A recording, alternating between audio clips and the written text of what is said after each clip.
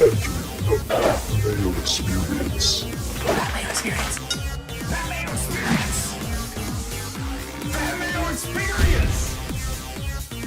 Experience. Welcome to the Pat Mayo Experience, presented by DraftKings. Week 8 picks against the spread. Super locks, Cust Corner. No more Survivor picks because the second version of Survivor is now over, with Tim and Geoff being eliminated on Monday evening with the New England Patriots. Shockingly enough, a free money parlay went down the tubes with New England losing as well in that game after, about to be back to even, out of the red for the year, back in the black. Untrue. Now down to 1-6 for the season on the free money plays, 16-109 overall for Tim. Reminder to smash the like, sub to the channel, leave a rating and review on the podcast as well. Play in the Listeners League. That's now available down in the description. And join the newsletter. Free newsletter. You get this show sent to you a night early, which I know that people love. We had a problem with it last week. I just had to release the show. Paul had to come back, re-upload the show. It was a whole thing, so I had to release the audio right away. Hopefully, that's not the case for this show. We got Halloween coming up. Geoff, do you think that Tim has a Halloween-style list, or is he going to save it for next week till after Halloween? I would assume he has a Halloween-style list, but I don't know. I honestly have no idea. There's a myriad of directions Tim could take us, as always. If people notice, Geoff is not via video. He is being credited as second most insane person on his graphic. He is in Florida at Disney. You seem like you guys had a very quick day one at Disney. Everyone got tuckered out early. Yeah, well, we flew in yesterday super early. We didn't have any park passes, and we just kind of loitered some properties. And yeah, it was a very tiresome day. And today was the first day at a theme park. We did the Hollywood Studios. And my feet are barking. But yeah, it's a great time. Most magical place on earth. All my concerns are out the window momentarily until you guys bring them up. Well, we're going to start bringing them up, but it won't just be me bringing them up. It's going to be the coin. Maybe the coin has some input on what's going on at Disney in Florida these days. That or Tim Undercust. Tim Undercust. That's not my name. Did you have a turkey leg yet, Jeffrey? Not yet. I have not had a turkey leg. No. Okay, that was one of my principal concerns as to Yeah, what foods have you been eating? Have you had one of those Mickey Mouse ice creams on a stick? Like, what have you eaten at the park? I'm very interested about that. Okay, so today was day one at the park. Yesterday we went to some southern fried chicken place. It was delicious. Today my kids had the Mickey Mouse ice cream on a stick. I just had a big pretzel, like a big pretzel. What did those ice creams run? I don't know. $4, $4.69. Oh, okay, that's nothing.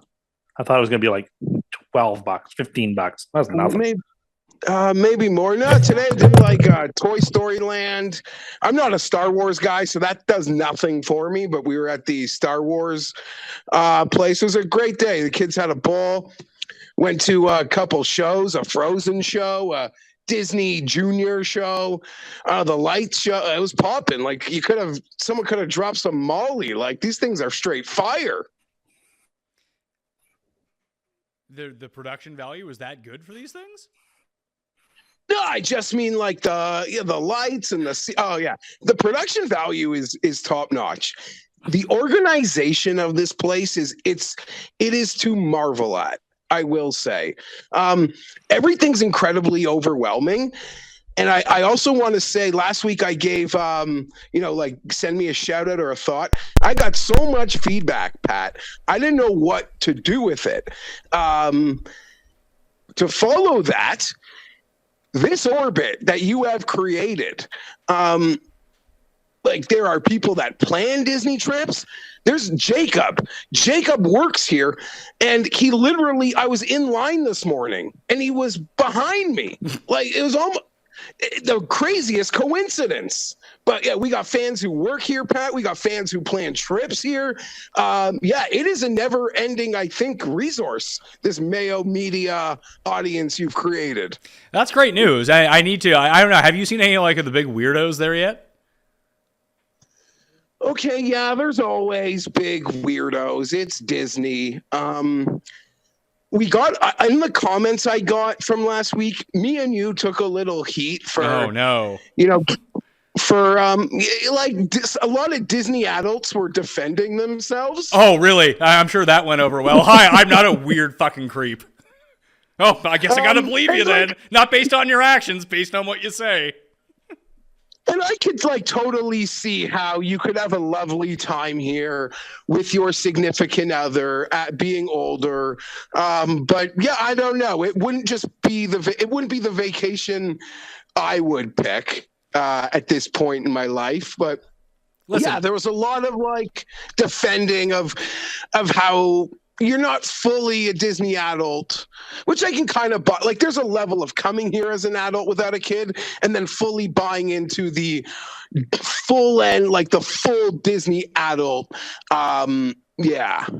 I will agree that there probably is a differentiation, but a lot of people were passionately defending themselves. So what you're saying is that not all Disney freaks is a thing, but just some. I couldn't imagine. I know 2 people who got married and they did their honeymoon at Disney. 2, objectively, of the weirdest people I know. There's nothing harmful about it. It's just really weird. I couldn't imagine my wife and I being hey, let's leave the kids at home. Hit up Disney. What's going on? It's never happening. If that happens to me and you ever hear me say that, bring me to a shooting range and use one of those things and kill me. That's the end of it. Yeah, and to be perfectly blunt, even to come here just with your wife and do it right, it would be it's still so expensive that I feel like I would much rather, I don't know, just go to Greece. Yeah. I mean, do you even really need... I'm even shocked you brought your kids to Disney, Geoff, because, isn't that just something you can, Google Map PDF to, say that you've been there? Apparently not. At least for the kiddos. But yeah, we're having a great time today. Day 1, kind of in the books. I don't think we're going to be doing any night trips to the park tonight. But yeah, we'll find our footing. Tomorrow we'll be at the door at 7 a.m. and back in the room after dinner. So it's on. We're giving her. Tim, I know, Pat. I know. Tim, what do you think? Do you think we need to get some of these people who work at Disney who are fans of the show to give us the inside scoop about what's going on? That would be great. I think and if we have inside fans at Disney, Geoff is there. Geoff wants you to drop by and say hello. Say how much that you enjoy the show. Ask him various questions about JC Jackson. Ask him questions about. Hold on. Yeah, we don't need. The question I get, dude, especially after your Derrick Henry stance last week, is for real? Is Tim a real person? Number one question I get. I assure you, no one would come up to me and gives a shit about JC Jackson. They would very much care if you are a bit, if this whole thing's a work. And I always tell them, if it's a work, I've been worked. I've been worked. If it's a work, Pat and Tim have been working me as better than they've been working you. And I've met Tim. I don't. Go ahead, respond. I was going to say, I'm shocked to hear that's the number one question. Without a doubt. There's not even a close number 2 question. Well, I mean, as I told our friend Jeremy, who didn't think I existed either, here I am in the flesh. Come ask me what you want. I mean, the way the Colts tackled last week, they could have used me. I'm bringing them down. You said even in the hole, he would trip over me one time out of 100 and fall down. The idea that any able-bodied adult male couldn't make that tackle is foolish 1 out of 100 times. Anybody could do it. Anybody could do it. Don't tell me that. How is it that don't tell me that anybody can do it, yet any person that you've brought this up to just tells you you're completely fucking insane? It's false modesty. Or reality? Anyway, I have never gone to Disney, Geoff. I never went as a kid. I've never seen the allure of Disney. I've just heard things about it. So all my questions stem around what the food is like, what the hotel rooms are like. Is there good swag in the hotel rooms, for example? Are there bathrobes? Are there good soaps? Is there a free section of the mini bar? What is there to take in the rooms? Is it like a rainfall shower? These are the only things I actually really care about. I don't care about Splash Mountain. Okay, so I was going to bring this up maybe later, like to get your advice or to make fun of you, to say, like, what should I be, grabbing? If the lamp isn't like down, it's mine, right? Lamps, no. But lamps are borderline, Geoff, you see. The batteries in the remote are free game, though, right? Like I could take a couple AAAs home. See, Tim hadn't thought about stealing batteries until you just mentioned that. Every time he goes to a hotel room, batteries gone. Instantly. First thing gone. He was telling me about taking the plastic bag that was in the garbage and bringing that home with him. He wouldn't use the bag that was placed in the garbage. He would take that out and just dump everything into like the naked can, and he'd bring that garbage bag home with him. Well, because they don't have plastic bags here anymore. So, like, that's a way for me to get plastic bags. Paul, it seemed like you had a question about that one.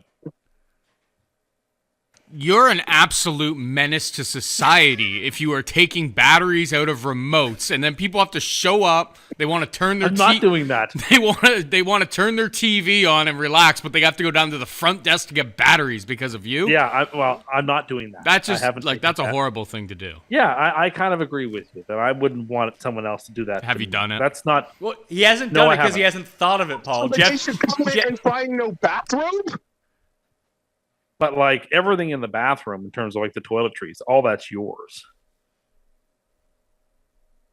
It's probably good stuff at Disney too. Like, how do you know? You've never been there. How is that? And I probably never will. Well, I mean, you're actually on the short list of Disney adults who could probably go. You've never been there. You want to go check it out for a day or two and just hang around some kids. I really have no interest in going to Disney. I hate standing in line for rides. I don't like the idea. It always bothers me when people are like, "Oh, I got to get the most out of my day." Like, no, you don't. Like that. My father was like, they used to drive me nuts. We'd go anywhere to amusement park, and he'd want to be the first person there and the last person to leave. And it's rush, rush, rush. Let's jam everything we possibly can into the day. Like, I can't stand that. Like, I want to move at my pace and be a little more gentle. It's no different than your entire claim about how you need to be plus EV at the buffet. You have to eat as much as humanly possible because it's all you can eat. It's the same. Well, because I can actually quantify the amount of food I'm consuming versus the price that I'm paying. There's not a set dollar amount on the rides that I've ridden on and how much per ride that doesn't work the same way, right? It's the same thing. To Tim's point. One of the top tips, like a lot of people who did it, and it's a tip, and I know I said I'm doing a full day tomorrow, but I guess an every day, but I guess I left this out. The tip is you start the day early. You want to get to the park early. Like the lines are smaller. You can really crush things. Okay. You come back to the hotel, like you're on property. So you shuttle back to the hotel midday, relax, sit down. Maybe the kids go for a swim. And then you can go back to the park at night. So, that seems like a strategy that a lot of people recommended, and my feet, I think, appreciate it.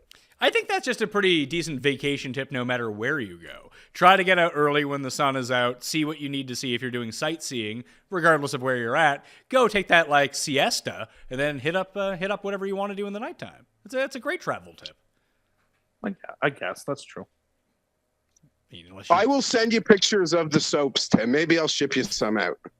I'm just saying that Disney probably has good soaps, good shampoos, good shoe kits, sewing kits. The soap bar says Disney on it. Oh, see, now that's really neat. Now Tim, would you declare that coming back over the border? No, I don't think I need to declare the soaps. Oh yeah, you stole. You stole it. You probably don't want to you say, "Hey, first, I have stolen items in my bag." Secondly, I think you have to declare when you come over the border when you have over a certain amount in value that you're bringing back. Well, the move is never declare anything, and if they catch you, you just have to pay what you would have had to voluntarily pay anyway. Well, yeah, but there's something about being honest that I support. You call it being honest. I call it being a sucker. Paul? Okay, that's fine. You don't have to declare any value if you just straight up lifted it. That's true, yeah. It has no value. He has stolen it. That's true. It's not stealing it to take the Mickey Mouse soaps out of the bathroom that they're yours. They're not yours. You didn't use But them. if you bought soap, it would be worth value. There you go. So that's why he steals. Sure. Well, I It's mean, not- I So guess if you steal a TV and you try to bring it across the border, are you bringing value across border because you Yes, stole because it? it has a. You know what? That's a good question. Well, what do you declare hot items that you're smuggling across the border? I don't know. Yeah, and you How hot is it down there, Jeff? It's about, I'm going to speak Canadian right now. It's like 28, 30 degrees. So That's terrible. that sounds fantastic. it's not like 33. It's not like 35. Like it's No, hot. but it's like It's that's hot. that's no fun. That's See, all like that's the part of Disney you forget, like how unpleasant What, it is. Florida? Well, like 80. part of yeah, Disney, but- That's what, 85 degrees? That's amazing. That's great weather. You don't want to be out in that. I do. Not I all do. day. I There's nothing do. pleasant about that. That sounds oppressive. See, I do. I don't have a hyperhidrosis problem though, but that's me. No, but I'd Tim, rather. you're not wrong. It's like you're baking in the heat. Then Oh, I mean, it's not for me. But then you go sit in this theater and watch a frozen stage show, air conditioned for 30 minutes. You feel like $1 million. is Disney a Coke facility? Yeah, a lot of Coke. Yeah, I they actually make you do a rail before you go on any ride. That's why Goofy talks the way he does. I mean, Goofy, lot of, Goofy doesn't talk quite fast enough to be doing rails all day. Star Wars commemorative Coke, Disney 50th anniversary commemorative Okay, Coke. so now that stuff I want to get. You could fill a whole shelf in your room, baby. Okay, so now you're starting to talk my language. Why don't you just go to the Coke Museum in Atlanta? I've wanted to do that. I really have.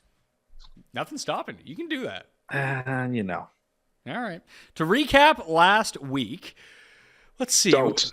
I mean, I wasn't the big loser of last week, so if that's like new to me, I'm still last for the year. I was 7-7 after a surge towards the end of Sunday, 50-57. Geoff was 5-9, 52-55, still in second place. The Coin 8-6, 51-56. Tim 8-6. You're up by 6 games already. When I was up by 6 games earlier in the season, I believe you called an insurmountable lead. Do you feel like you can't lose now? Oh, I'm definitely going to lose. I'm not the expert here. You're on a show weekly making best bets with people, and your gold picks are great. No, they're And not. Jeff's been doing picks for years, and it's been I'm just a humble worker in the field. I'll finish last, I'm sure. I'm like the person leading after 3 laps in the 10,000 meter race at the Olympics. I'm just the pace setter. I have So no you're chance. like Ernie Els at the Masters? It was the U.S. Open, but yes, You're like And that. it was like an entire round. You're like the DraftKings guy that screenshots. It wasn't the entire round. It was almost the entire round, and then he wasn't even close after round 1. You're like the DraftKings guy that plays the first 6 golfers off the course and be like, "I'm winning $1 million." You're that guy. Yeah, that should be a crime as well. Why? What if what if those are the 6 best plays? They're not going to be. They might be. You don't know that. It has never happened in the history of golf. It is never going to happen. So what you're saying is if something has never happened, it can't happen. That's good to know. I'm saying it's in that circumstance, it is infinitesimally likely. It's being done so that a person can mean mug on the internet. You guys both won your super locks. I lost my super lock for the 3rd consecutive week. I need to get off the schneid here. The last 3 weeks have been very poor to your old friend Pat Mayo. You're both at a Survivor. Call that quits for the year, and your free money lost on Monday night, Tim. After you said, looking good. Yeah, we were about to be well into the black for the year after a 6-1 hit, but it didn't come in. So, it didn't come in exactly the way I wouldn't have wanted it to. To see the Patriots lose like that, Belichick coach what might have been the worst game of his career, looking unprofessional, looking disheveled. And then I got to watch a lot of his press conference, which brought me great joy. So if you're going to lose a 6-1, what a marvelous way to lose it. Yeah, but you Does a Belichick press conference after a game like that, is that any different than a Belichick presser where he wins by 30? Just out of curiosity. It's somehow less pleasant and more petulant. If I was home, I probably would have found time today to watch it. So I asked that as a legitimate question. Yeah, it was glorious. It was glorious. All the poor keeners who asked questions on the Patriots beat, trying to drill down to ask Belichick questions about what is he thinking and just giving answers that are completely, terse and crude in terms of just not answering the question and just being very blunt. Yeah. It's great. It's just great. Thursday Night Football. The Ravens are at the Bucks, as we discussed on Sunday Night Live, which everyone should watch every single week on Mayo Media Network before Sunday Night Football with me, Tim, and a guest that I need to find for this week. Maybe Meany will be back in. I don't know. But the Ravens are favored by 1.5 on the road against the reeling Bucks, coming off losses to the Carolina Panthers, to the Pittsburgh Steelers, and the Ravens tried to go full Ravens last week. Didn't quite work out for them, so they won the game. They didn't blow it in the last 2 minutes of the contest. This is a tough one because unlike Green Bay, Geoff, it does feel like Tampa might just be skating. I mean, they're not giving out autographs to referees, that we know. But are they just complacent because it's not December and they're still winning their division, so who cares? Well, as somebody who on our Hammer future special last week picked Tampa to miss the playoffs, as great as Brady is showing off his race car bed to Gronk this week, I enjoyed that result.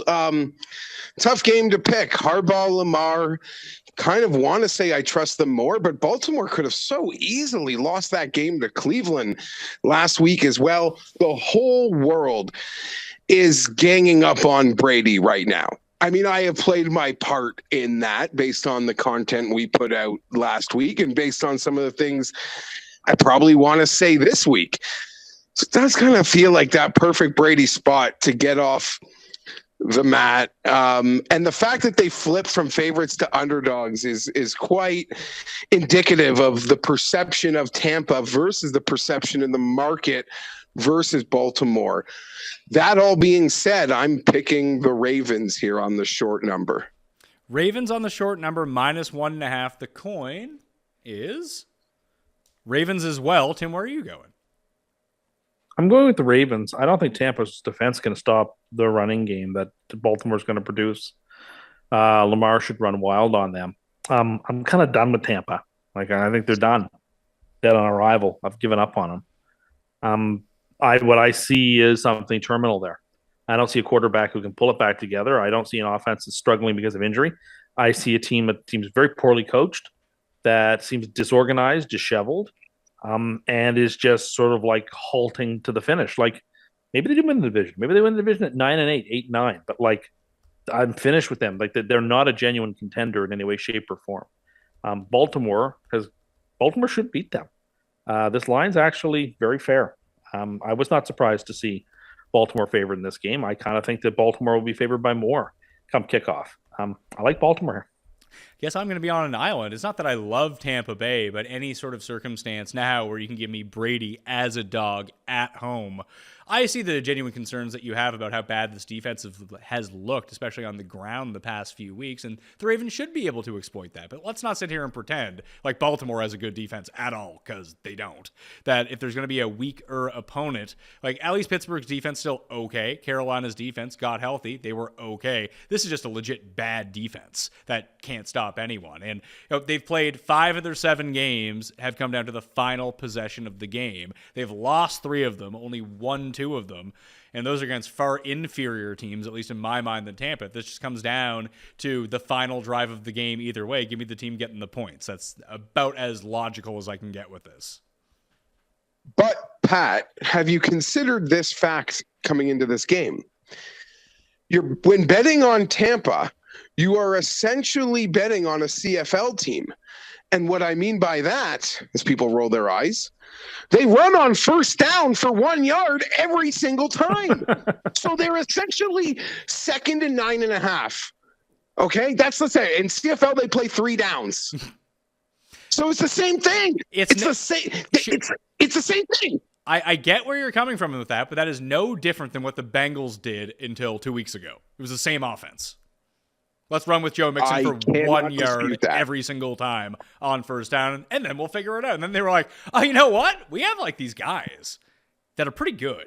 Let's just throw to them, and then we can mix in and run it on some of the other downs to really confuse the defense. I feel like the Bucs are going to get their shit together here soon. And not be like dominant, be like, I mean, maybe they could be Super Bowl contenders. I don't know. But I'm weirdly less concerned about the offense than the defense. Because once the offensive line does get healthier, and it seems to be getting healthier every single week, that seems to be sort of the linchpin of both the run and passing game at the moment. Maybe the plays are bad. Maybe Todd Bowles is just uninspiring. Someone agreed with you, Tim, from the Sunday night show. It'd be like, this is all Bowles' problem. Because they were like, I saw it with the Jets. I'm seeing it with Tampa. Not a leader of men, Todd Bowles. Yeah, I think he's better suited for the defensive coordinator role. I mean, I don't see any fire. I don't see any reason to believe that he's going to be able to rally this team. He should fire Leftwich. That would solve a lot of their problems, perhaps. And if he can't do that, and he can't figure out his defensive side, maybe you're only going to have Tom Brady for this year or something, and then you're going into the wilderness as Tampa for a while. So there's no time to wait. If what you got in terms of a coach and an OC isn't working, you need to make the change now, right now. Maybe after this Thursday game, if they lose, and I suspect they're going to, how can both of them survive at 3-5? How is it possible that both are going to still have their job the week after? I can't fathom it. Baltimore is still the third favorite in the AFC right now. Sure, they have Lamar. That seems silly, but they have a tiebreak on the Bengals right now, so I guess that gives them a leg up in the division, but that seems silly. They have a tiebreak on the Jets, so they would have that advantage on them. So I see, when you talk about the top tier in terms of win records in the AFC, I can see why Baltimore has that, and I think they're for the most part well coached, even though Harbaugh hasn't been as good this year as he has in years past. So, yeah, if you ask me to explain who I think Vegas would have as the third favorite in the AFC after Buffalo and the Chiefs, I probably would have picked the Ravens. Okay. Denver at Jacksonville. This is the London game. Geoff, you missed the London game last week, right? Yeah, I did. I caught myself early in the morning being like, damn, I miss me some London football right now. Will you be back for this? No, that game I'm probably not going to see. Yeah. Lucky you. Yeah, well, the Jags are favored by, 2.5 now. It's down on DraftKings Sportsbook. 39 is the total. And Tim, you said this is at Wembley? Yeah, it's at Wembley. Now, is Wembley the one that has the shitty turf for football? Because they have all the 150-pound soccer players on it, then the 350-pound NFL guys go on and they sink into the ground? Because I remember that being a problem. I don't know whether they've rectified that. Was true in the past. But no, that is correct. That is correct. Tottenham has an NFL-specific field as the home of the league, and Wembley, in its great prestige and status as a world stadium, has a soccer pitch, and it's not nearly the quality for football, Americano. Okay, it'll be a better viewing. It's a better viewing experience, I'm sure, on TV to watch at Wembley than it is to watch that Tottenham one, which just seems so artificial. But anyway. I mean, it seems artificial. I find when I watch I always find the Wembley Stadium just looks really weird because the grass type is so weird. At least it has been in the past. That it doesn't look like they're playing on a football field. And I don't like that. The Tottenham Stadium, when you watch it on TV, might as well just look like the Superdome or the Ford Field or an American stadium is what it looks like. Yeah, it has no character, which is not what I'm looking for. You might as well just play this at some other neutral site. Go to the Alamo Dome or something, right? If you're going to go to England and play in that, then you should play somewhere that has a little bit more distinctive flair.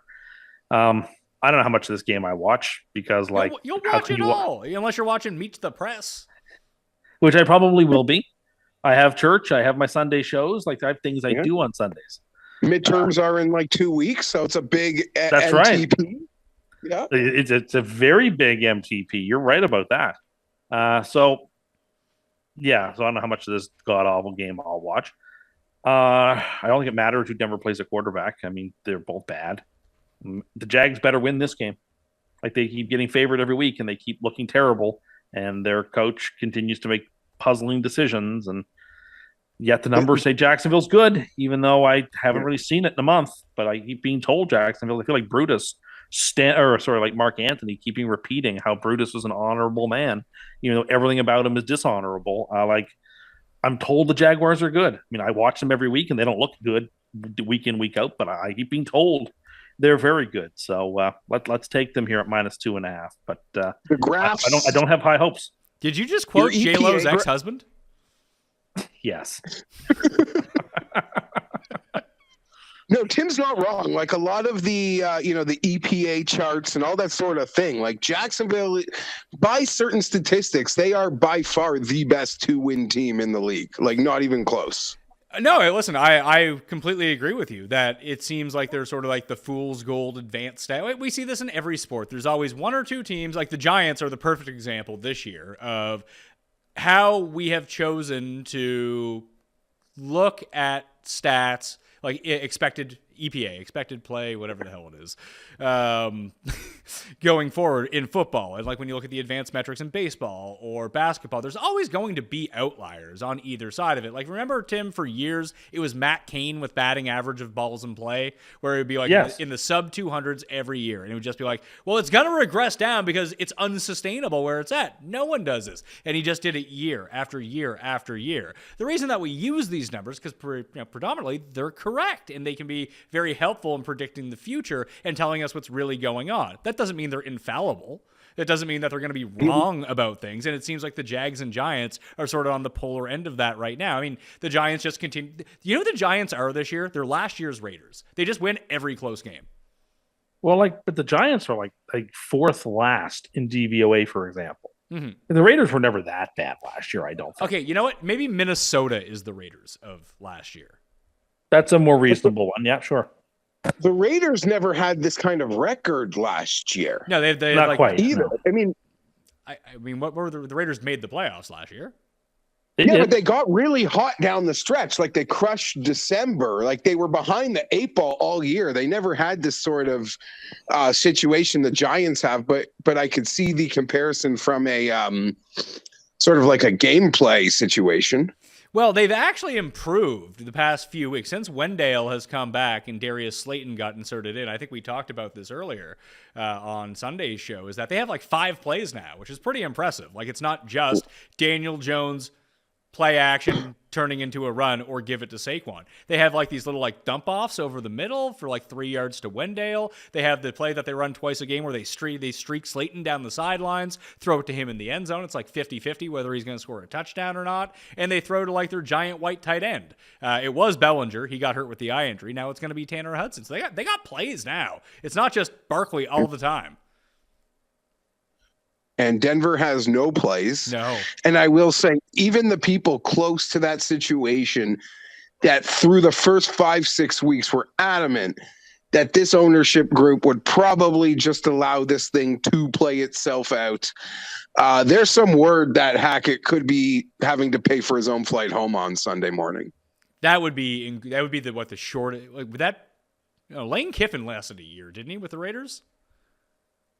Yeah, Lane was a liar. That Al Davis. When did Lane Urban was a go? liar. How many games did Urban get last year? Oh yeah, what week was that? Yeah, probably 7 or 8, probably. I felt like it was deeper into the season than that. But I mean, that's my feelings, not facts.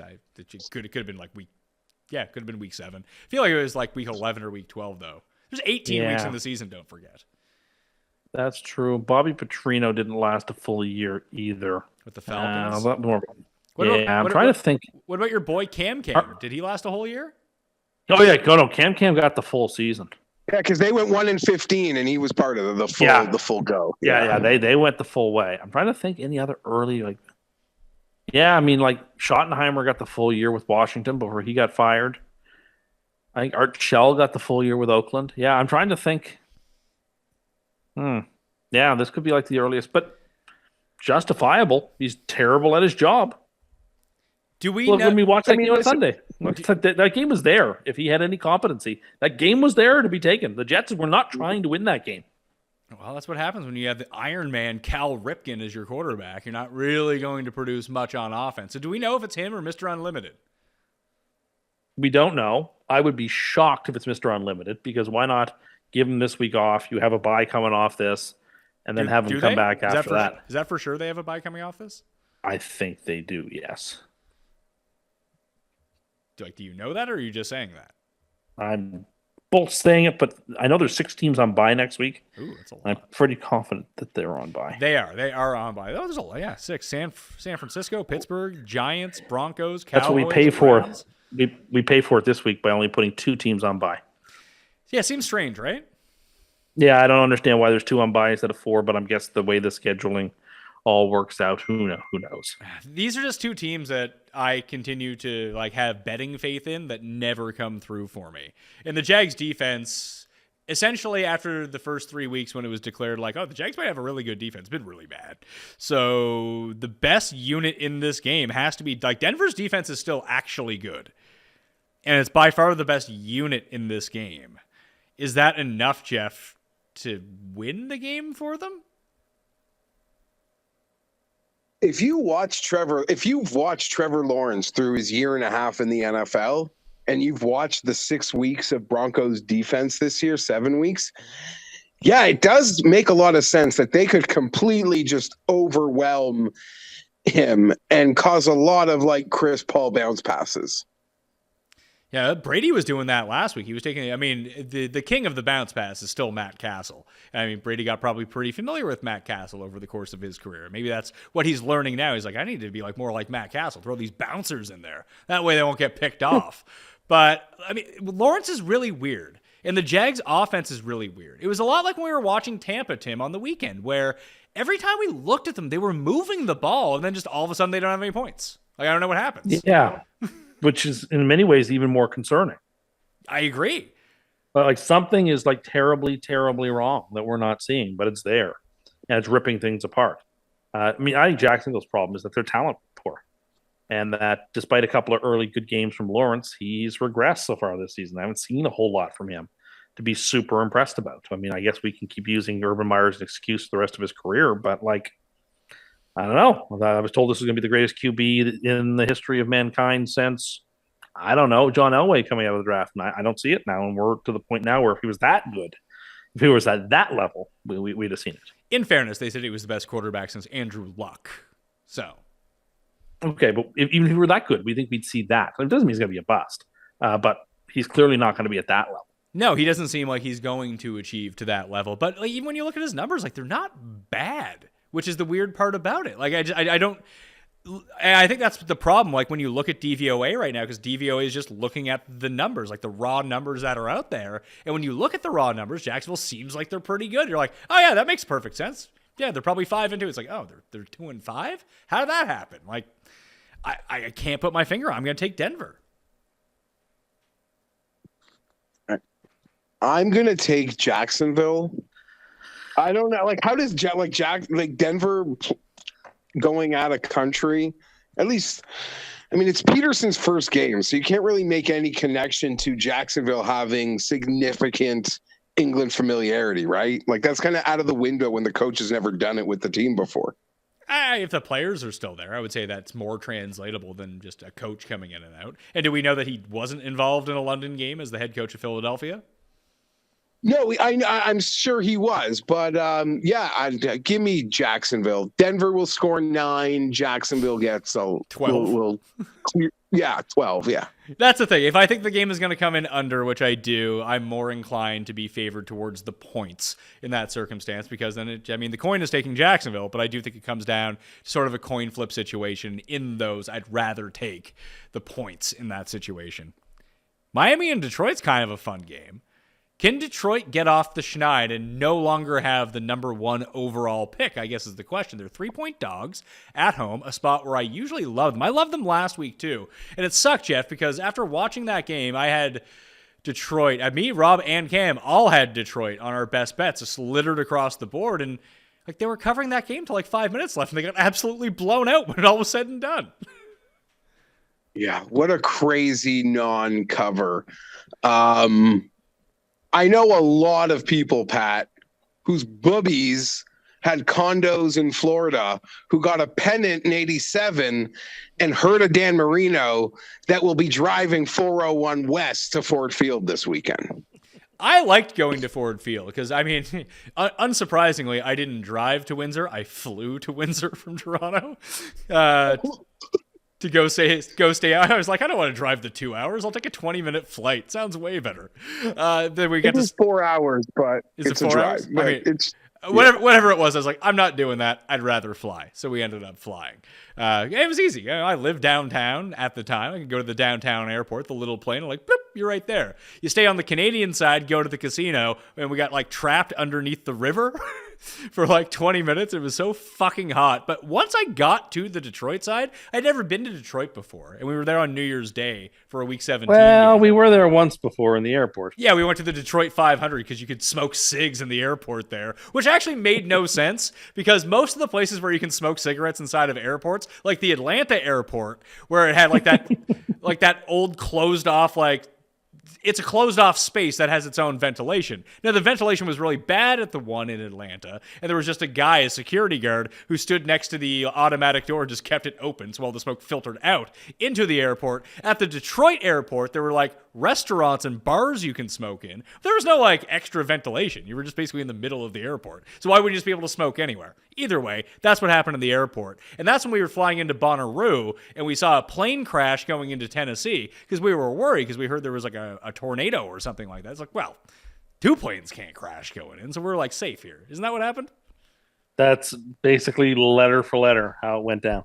But anyway, we got out from underneath of the tunnel where it was super hot to go to Ford Field. Like, Detroit was really nice. I was really shocked for everything that you hear about Detroit. Like, oh, it's like kind of scummy. It's kind of run down. That was not my experience with the limited amount of time. I spent like 8 hours in Detroit in like the downtown part where I think that's the downtown part where the field is. I don't know where I was going with this, but I really enjoyed it. And I think the Lions cover this game. I'm going to join you with the Lions. I was thoroughly unimpressed by Miami on Sunday night. Pittsburgh doesn't even put pressure on quarterbacks, and Tua's throwing balls that, like, his non-interception, his balls that should be intercepted that aren't, might be leading the league just based on the naked There eye were test. like 5 on Sunday night. Yeah, that's what we call. Maybe he puts particular spin on the ball just to confuse the defenses. You know, He and that offense are terrible. Do you know? I mean, they're not terrible. That's untrue. They had one good that's game all wrong. year. But One good game all year. They One. had They more- can make big plays. Yeah, they're good. They're not bad. They're not bad. Do you know? But they're not You're good. crazy. Do you know who did that the most last year? Was throwing the picks that weren't picks? No, Rodgers. No, it was Joe Burrow. He was the king Sure, of that I can last see year. that. So, I mean, some of it's a lot of random chance at the same time. They haven't looked as good, obviously. It was to his first game back from the concussion issues. But they haven't looked – I mean, they had a great game against Buffalo. They had a great game against Baltimore. They looked really good in those 2 games offensively. But Jeff's right. Like, they have big play potential. I think that's going to work here. But, like, I just feel like their defense has been trash. Like, Pickett sucked on Sunday night. And I think the Goof could actually put up some points on him. I was one of those people that was very, like, not buying any of this offseason hype on Detroit. Played them to the under with real money and just didn't see what people were seeing. And to see that they're 2 games behind Chicago wins, like, that's insane. Even for me, as someone that wasn't buying in, I think this is a really good get-right spot for Detroit at home. They're going to win this game outright. So the spread is 3.5 right now on DraftKings Sportsbook, which I love even more than the 3. Well, the 3 is what we got right here. I actually think Which is fine. I actually think Detroit loses this game by a point or 2. I honestly think that's how it's going to end. The numbers are wrong on this game. The over-under is, like, if I could pick an over-under as my super lock of the week, the under would play here. They think this game's going to be, by those numbers, 27-24. Those 2 teams can't score that much. It's insane to think the Dolphins are going to score 20. They've scored 20. This team has had 1 game where they scored a bunch of points. That's it. This offense does not score, isn't capable of it because their quarterbacking is bad. Whether it is Skylar Thompson or Teddy Bridgewater or Tua, it doesn't matter. This offense is not that good at all. Again, when they scored 16 against Pittsburgh last week, they don't score. They don't score. Now, Detroit has trouble, as we've seen the last couple of weeks, scoring as well. That over-under number is nuts. The under is you've got to play the under in that game. 27-24 is what they think this game is going to be. No, I don't think so. I do not think so. I like the Lions in this game a lot. And with Geoff, they're probably going to win the game outright. The Lions are I think the Lions, there's not a whole lot that divides these 2 teams. Both have troublesome coaching. Both underperform. Both have trouble scoring for large stretches. There's a lot more similar than dissimilar between these 2 teams. I like the Lions a lot. We're going to tease them up by 6.5 points. The first leg of a 6.5 point tease this week. I just don't understand. I don't understand how you can take Miami in this spot. Miami's just not a good team. Oh, I most definitely see how you could take Miami in this game. You just say Detroit sucks and teams wallop them. So let's do that.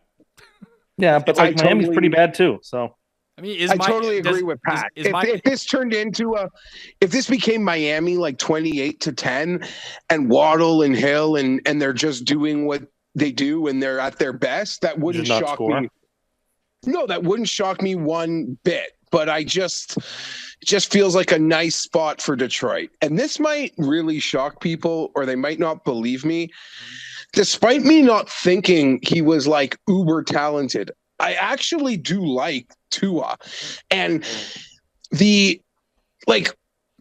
do I put this? His love of football, like I adore, but he's a psychopath. And it's his love of football that's going to get him killed. There's no way he is healthy enough to be this team's quarterback in a year and a half. He's going head first into defenders to gain a yard.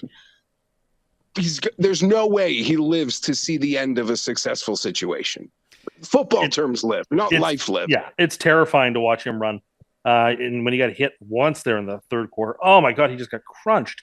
You're like, oh goodness, because like he's one big hit from not playing the rest of the year. I don't want that for him. I want him to play. Really, Tim? No, I do. Football is better when the Dolphins are annoying me. Things are better when they're at full strength, so I can marshal my energies to be annoyed at them. I don't want to. And I think you're being genuine, because when you beat them a couple weeks ago, you genuinely seemed like it didn't. I wanted him to play. Like, it didn't have exactly. It didn't have the joy that I wanted. It was like a hollow victory. Jeff, Tim was going on our text thread the other day about like how Tyreek Hill has been such a bust, and then we told him that Tyreek Hill was leading the league in receiving yards by 100. That's not at all what I said. Yeah, so that is what I said was. So now, hold on. You have a different story now after you were presented with facts. Tell us retrospectively how you think this went down. I was about to tell people. No, I have to put the caveat on there, because what you said was wrong, but now you have a new way of looking at it. What I said was, you add Tyreek Hill to that offense, you expect explosion. And what you've got is an offense with, take away the Baltimore game, which has been extraordinarily underwhelming. And Tyreek Hill's addition to it hasn't increased it in any way, shape, or form. What am I looking at? Like, what offense am I supposed to be super impressed by? What mighty things have the Dolphins done? Like, they scored, 21 points to beat the Bills? Like, that tells you the Buffalo just played badly. It had very little to do with the Dolphins. But again, this Dolphins team is trash. I sniffed it out early. They had a couple of fluky wins to start the year. We are back to where we should be. This is not a good football team. They are 4-3. They're not trash. They are not trash. They are a 7-10 team. I am trash. Changing my pick to Miami -3. Yeah. Okay. Go ahead. Picking against me has been really effective for you this year, so you should keep doing that. You already said that you're not going to end up winning this, so I might as well just be on the other side. I have no chance. Tim may have been in bed already, but they had stats during Miami's game that Miami is the fastest team in the NFL. Like the actual players running around on the field between Mostert, I believe that. Waddle, and Tyreek Hill. They are the fastest team in the NFL.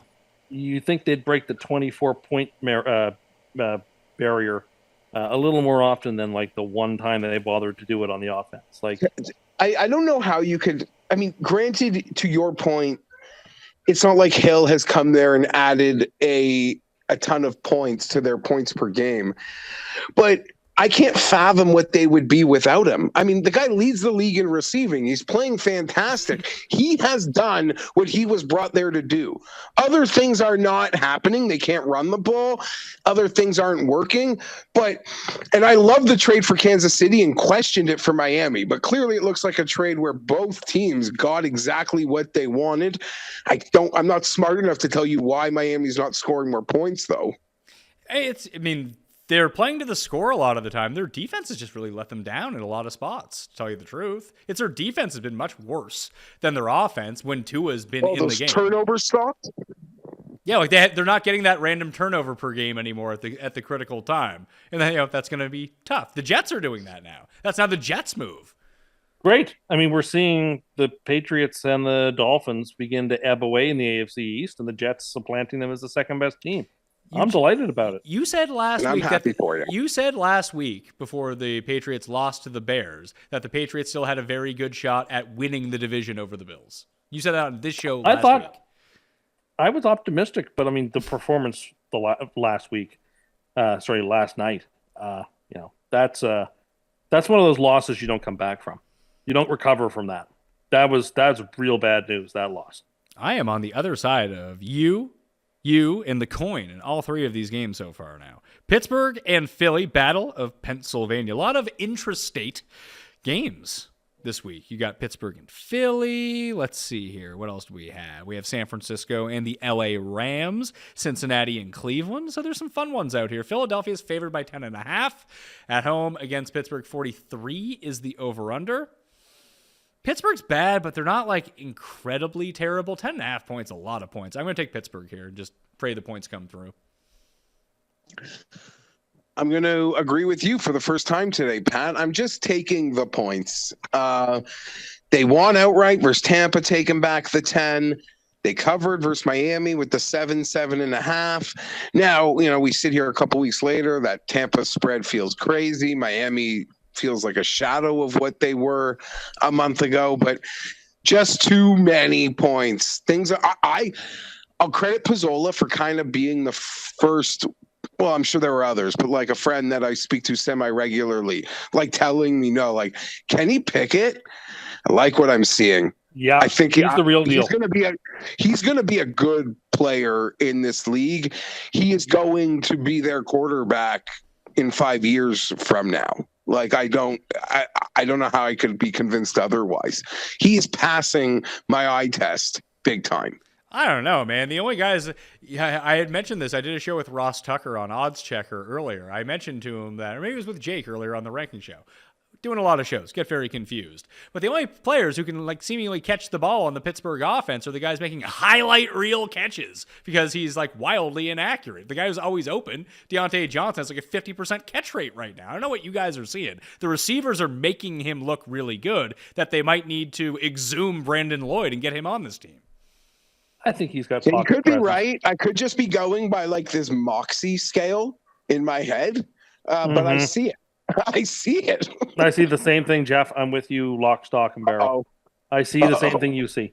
I think he's got talent, but I like the Eagles here, though. I'm teasing the Eagles down, but I like the Eagles here. Eagles are just a cut above. I'm getting closer, and we'll see how they do this week. I'm interested because if Eagles win comfortably this week, like you guys did your power rankings, and none of you wanted to put them even second. I don't think they should be first. I mean, the Philly fan on the show said they weren't even in the same league as the Bills and the Chiefs. Yeah, he also gave them a 7.5 point spread in this game. He was being very cautious. And I appreciate that cautiousness. But, like, this Eagles team is darn good. You said it best. They're Gonzaga. They're beating a bunch of fucking nobodies. Someone else made that point, and I loved that point. But, like, yeah, well, so is Buffalo. So Eagles, listen. Buffalo beat I think Kansas City, by the way. And the Colts beat Kansas City. Beating Kansas City is no longer like beating the 2007 Patriots. So what team would be like beating the 2007 Patriots besides the 2007 Patriots, the most dominant team? But in terms of like Buffalo beating Kansas City is nice, but it's not like a make or break. Okay, you just said they haven't beat anyone. I said they beat Kansas City, who we have ranked as the number 2 team in football. So right there. Who the fuck could they beat that would actually be a real win then? Please tell me. Well, they beat Dallas. I'll take Dallas over Kansas City right now. I think Dallas is a better team. Okay. Dallas right to me right now. No, I'm serious. Dallas would probably be the 3rd team, and KC would be 4th right now. You have fun with that. On a neutral, Dallas is a more talented team. On a neutral site, Geoff, who do you think's favored, Kansas City or Dallas? That's a crazy thought. Like it's KC minus 2.5. It's Kansas City. It's Kansas City. Yeah, it might even. Yeah. But remember, it's Dallas though. So whatever you think it is, take off 2 points and give it. That's not a real thing. It is a real thing. No, it's not. Yes, it is. No, it's not. Yes, it is. It has been and continues to be. That sounds like something. That sounds like something you heard 10 years ago and just assume it's true because one person said it. Like in today's climate, just because they're getting like an extra, I don't want to guess how many people, but because like there's so many casuals putting $25 on Dallas doesn't make them 2 points different. And you have to I'd remember argue for Mahomes the is more likely to get the love in the game. Completely agree. More of a star-driven league at this point, just like Brady and Rodgers would end up getting this as well. But you have to remember, for the amount of people that love the Dallas Cowboys, there's threefold people who hate the Dallas Cowboys and will bet against them at the same time. Like, it doesn't do anything. It would more get factored into, and this happens a lot with a lot of teams, in like preseason futures that you just have absolutely no value on. These are the sharpest lines of any sport in the world. They're not factoring in, well, Dallas, pretty popular team 20 years ago. Got to pump them up. If you say so. We see week after week Dallas is inflated. And they're inflated again this week. Like you see it every week. So, whatever.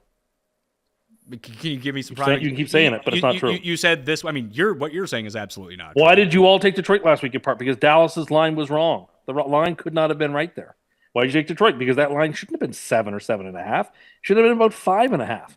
But there's a tax to bet on Dallas. Week after week, that happens to be the case. Oh, okay, and Dallas just continues to cover all these spreads. Sometimes they do, and sometimes they don't. It's like every fucking team, Tim. Like, I don't think you understand the point you're trying to make here. I don't believe that you understand what you're talking about. I mean, as someone who doesn't I don't bet, think you understand as someone who doesn't bet, I get that you wouldn't get this. But the way that Dallas, as the way that Dallas, mute him. As the way that Dallas covered the game last week, Geoff, was exactly how people thought that Dallas would cover that game. It would come down to a defensive battle where they would just take the ball away and their defense would do the scoring for them. And that's ended up what happening. And that's why Dallas is getting these extra points at the moment, because they have what may be the best defense in football. It has nothing to do with Dallas won Super Bowls 30 years ago. I agree with you. I don't think anything comes in to this. Now, like, I could buy into the argument the league would want Dallas to win, and refs are asking for autographs, and refs are notoriously, we complain about. So I could buy into that sort of conspiracy because that's the stuff I'm into. But the fact that Vegas is shaving points or adding points, that's over. Like, that is over. It's too real. Not that it wasn't always, but it's just so much more real than ever in this current landscape that they don't care about the $10 bettor is getting his free bets. They want, the money. If the Dallas line was actually off due to circumstances like Tim is talking about, the syndicates of bettors who wager millions and millions and millions of dollars on these games would just bet against Dallas every single week, first thing they did. And they don't. The Pizzolas of the world, who, like, they're very methodical, and I am someone that bets as much as we talk about it. I bet for fun. It's not my living. I bet recreationally. If I want to eat 10 cents to buy a point, I'll do it. Like, the professional gambler lives and dies with a half point. That sometimes I look at Pizzol and why do you care so much? Like I think you stress too much, or like things are so. Like, the half point means you're not going to bet a game you love. There's just no way. There's no way. When these pro gamblers, a half point, 8 cents, 4 cents on a line changes everything, that you think 2 points are being dripped or added to a point spread anywhere.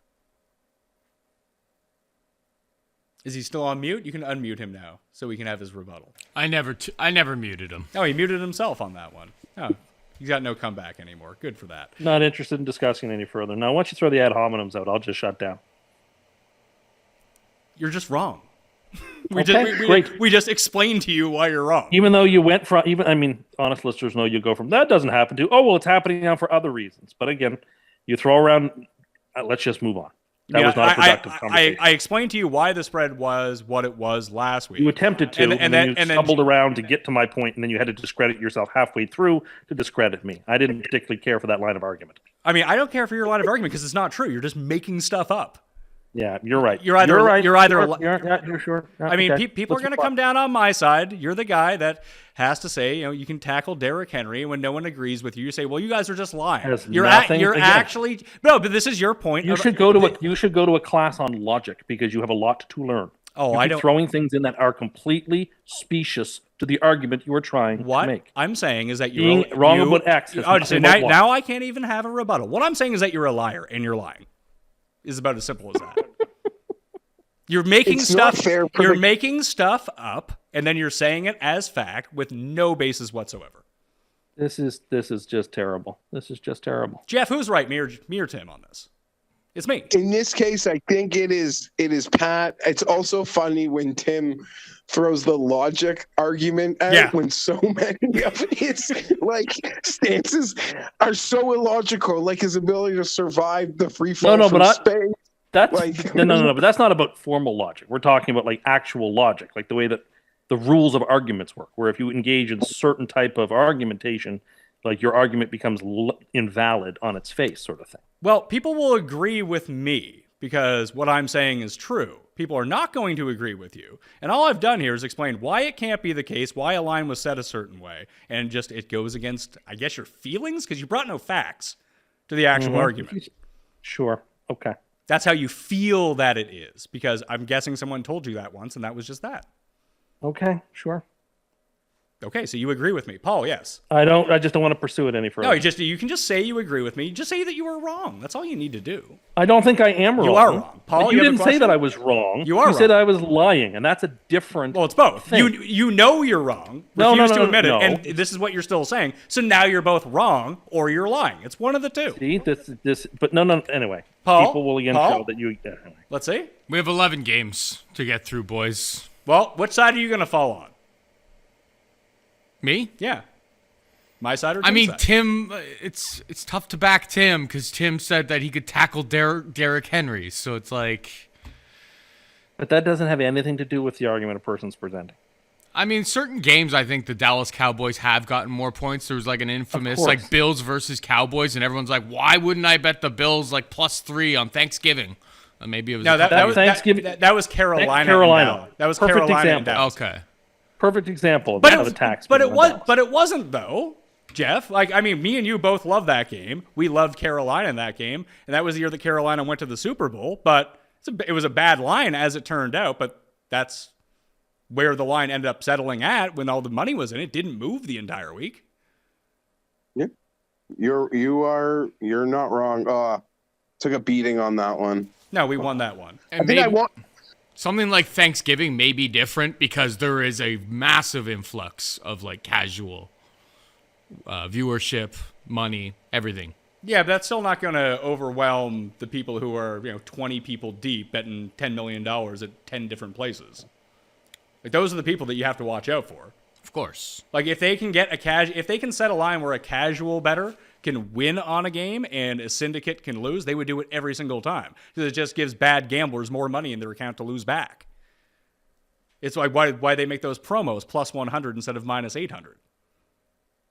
Facts. So that's why it can't be true. Anyway, Pittsburgh for Geoff and I, Philadelphia for Tim, and the coin in this circumstance. 11 more games to go. We can rapid fire through a few of these. Oh, the Dallas Cowboys overvalued by 5 points against the Bears. It's -9 as they are hosting the Bears, 42.5. So I'm guessing the Bears is the play, Tim? Yeah, the line is off. I like that. I like Chicago in this game. Should be like 7.5 or 8. I'm going to take Dallas in this spot. I think this is a very nice opportunity to bet against the Bears, Geoff. They're coming on a short week. Everyone thinks they're good all of a sudden, and now they get to play the best defense in football. I just don't see it. Yeah, I'm totally with you here, Pat. Last night seems like it created an opportunity. And to something you mentioned earlier, I mean, we were wrong in being on Detroit last week, but it did feel like it, the right side, wrong result. Not that that matters, if your aunt was your uncle, all that sort of shit. But I think Dallas didn't even play well on Detroit versus Detroit, got the win, got the cover. Like, I think we're going to see a much better Dak Prescott this week. I really like Dallas in this spot. Chicago off their biggest win in 2 years later.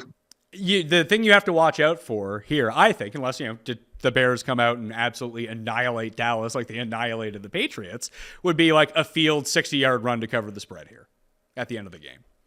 Like Detroit laid 7 was getting 7, 7.5, 6.5, depending on when and where, to Dallas, and Chicago's 9.5. Like, that doesn't make any sense. You think that the Bears do you think that the Bears are better than the Lions? I think they're like on par. Equivalent. I don't think there's 3 to 3.5 points between them.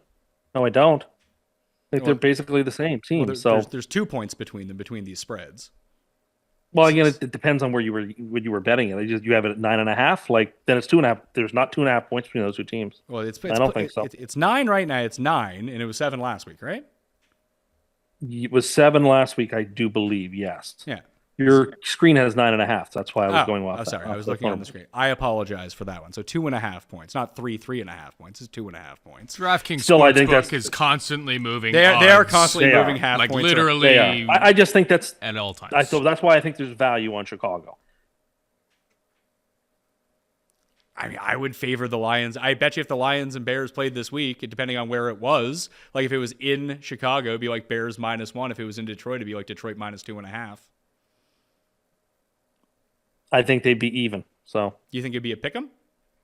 if it were on a neutral site, I think it would be a pick'em. Yes. Yeah, I think that maybe it's just a situation where you look at maybe they've turned it around and like all these actual runs with Fields instead of just letting him run on broken plays is really going to help out their offense, and maybe you can do that against the Patriots. I think against a defense that will attack you, against one of the worst offensive lines in football, and the quarterback who gets sacked the most. Like Chicago also fumbled 5 times Monday night and landed on all 5 of the fumbles. Like that's not something that's ever going to repeat itself, it feels like. No, that's right.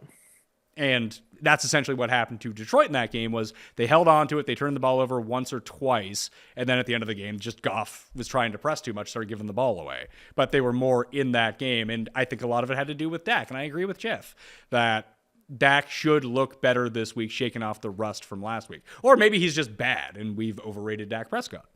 There's that part of it too. And I don't think that's true. That's the Cam argument. What? That Dak sucks? Yeah, that Cooper Rush was every bit as good as Dak, right? Yeah. I don't believe that to be true, but here we are. Panthers and the mighty Falcons, how they have fallen. 4.5 favorites over the Carolina Panthers. I'm going to hop back on Atlanta after they cost me so dearly last week. This is a perfect team to throw the ball 13 times against, regardless of what the score is. That should work.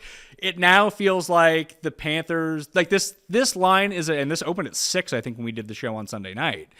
But this feels like a direct result of Panthers won last week, Falcons lost last week. They must be about the same. And hey, look at the rosters, as someone once told me. And I will. I think the Falcons have a more talented roster. It's in Atlanta. I just like this a lot. I think everyone's off Atlanta. Perfect time to get back on. I started the show riding Tim, but somewhere along the line here, I have started to ride you, Pat. And I love Atlanta this week. This could be my super lock. It could. Carolina is so right for the picking. PJ Walker, he still sucks. I don't know one part of outside of the spare parts on Carolina. I don't like anything. I like Atlanta here. I am so more interested in the macro conversation around Atlanta. Like taking a tight end 5th, taking a receiver 7th overall in your last 2 drafts, your first 2 as the head coach, but then running 55 times a game. I'm trying to figure out what that's about. But I'm very much Atlanta could be my super lock this week. I think they're going to beat Carolina by double digits. We all agree. I like Atlanta a lot in this game too. All right, Coin is on board. Arizona and Minnesota. Vikings favored by 4 now. 4 at home against the Arizona Cardinals. This opened at 3, went to 3.5, or did it open at 4, went to 3, and then back to 4? I can't quite remember, but it was 3.5 earlier today. It's at 4 now. 49 is the over-under. Obviously, Hollywood Brown still out. Vikings coming off a bye week. Cardinals coming off a mini bye. So the league has conspired against the Vikings to not give them as big of an advantage off their bye week as humanly possible. So that's something to watch out for in this spot. But Vikings play really well at home. I don't know if people are on the Cardinals or not, but I mean, Tim, you seem to have a grasp on the Cardinals. We haven't done the Hammer future bet show, but I feel like yours is going to involve the Cardinals. It is going to involve the Cardinals, and I love the Cardinals in this game. It's a road dome, which I love. Having Hopkins back is everything to that team. Everything. The offense has a sense of confidence and capacity that it doesn't when they don't have that threat. And adding Anderson to that team, he had 2 days of practice and was still able to run a couple of 9 routes and stretch the D, given a full week plus of practice, being able to integrate more into their system. I think he's going to be an asset. I mean, if you're the Arizona Cardinals, you look around and you see trouble in your division, and you've got a really good quarterback, in my opinion, not the greatest, but a good quarterback, and a Vikings team which we all think, even though they're 5-1, they're not 5-1 caliber. Tough. This is a good spot to get got. I like Arizona to win this game, and I certainly like them to cover, which is why we're teasing them up on the parlay. Geoff, you like Minnesota normally. You're normally anti-Cardinals, so Minnesota for you? I'm going to surprise you. Like I have a lot of futures on Minnesota that the positioning is obviously great. I obviously see every metric that shows how they're a fraud and that they're 5-1 while playing like 5 good quarters on the year and having great situations in so many of their wins. Like the Packers' first game where Rodgers didn't have a preseason with all these new players. They still suck. The Lions without like Brown and Swift getting hurt.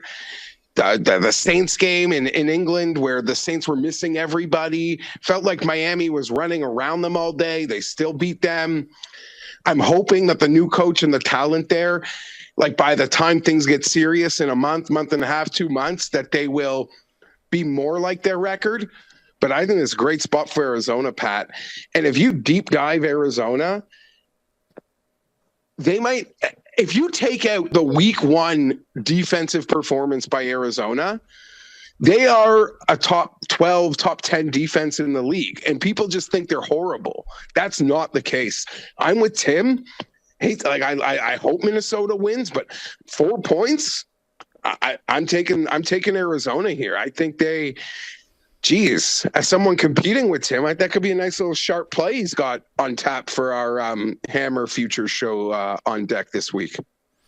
I'm actually going to go the other way. I like Minnesota in this game. I think that the Cardinals are somewhat fraudulent. And you can talk about their defense, and maybe that's all week 1's doing against the Chiefs, but I don't know about that. And I don't know how good their offense is. Hopkins is back. That's great news. James Conner might be back for this game too, but it just seems like they dig themselves into a hole so early. Now, Minnesota, granted, might let you back in the game, but generally speaking, so far this season, I would prefer the Cardinals at home and Minnesota at home, and now we're getting this in Minnesota. I don't love 4. It's probably not going to attract my money, but so far this season, Kirk Cousins has been better than Kyler Murray, and they can get Hopkins back. Justin Jefferson's still on the other side, and the defenses, I think, are about even. They got two pick sixes against Andy Dalton. That swung that game. That would have been a very competitive game, and almost became a competitive game again, and they got 2, gifts to them right before the first half ended. Now, you can't take that away from them, but that's still an awful lot of good variance running your way.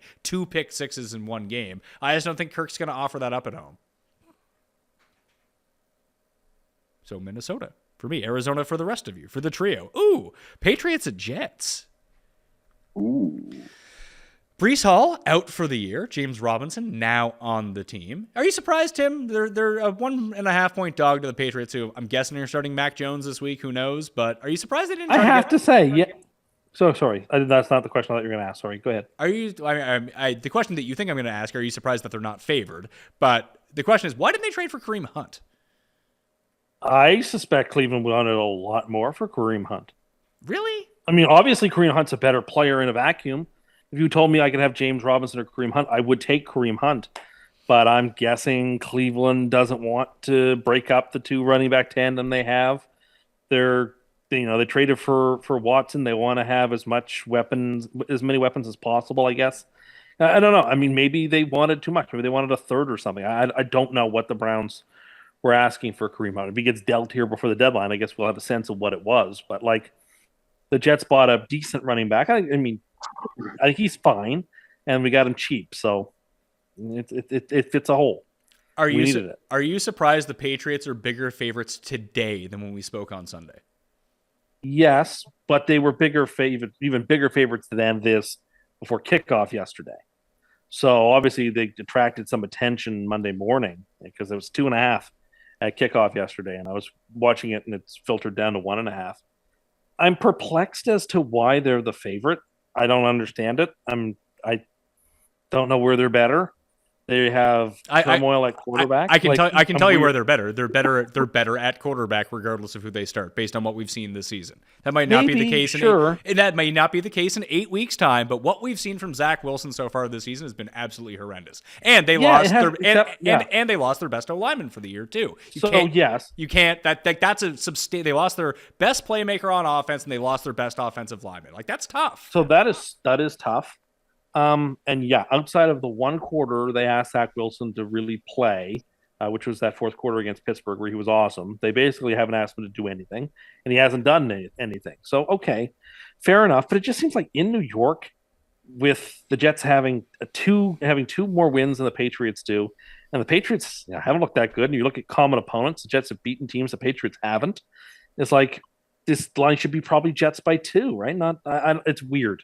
It's a weird line. I don't understand why somehow for the 8th consecutive week, the Jets open as an underdog and are most of the week an underdog in a game. And, they're 5-2. They've got a real chance to be 6-2.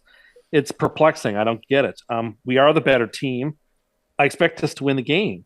The only risk is, I guess, it's a look ahead to next week in Buffalo, which is a huge game. But I don't think we're looking ahead against the Patriots. We hate the Patriots as much as anybody else. Salah is got the defense playing great.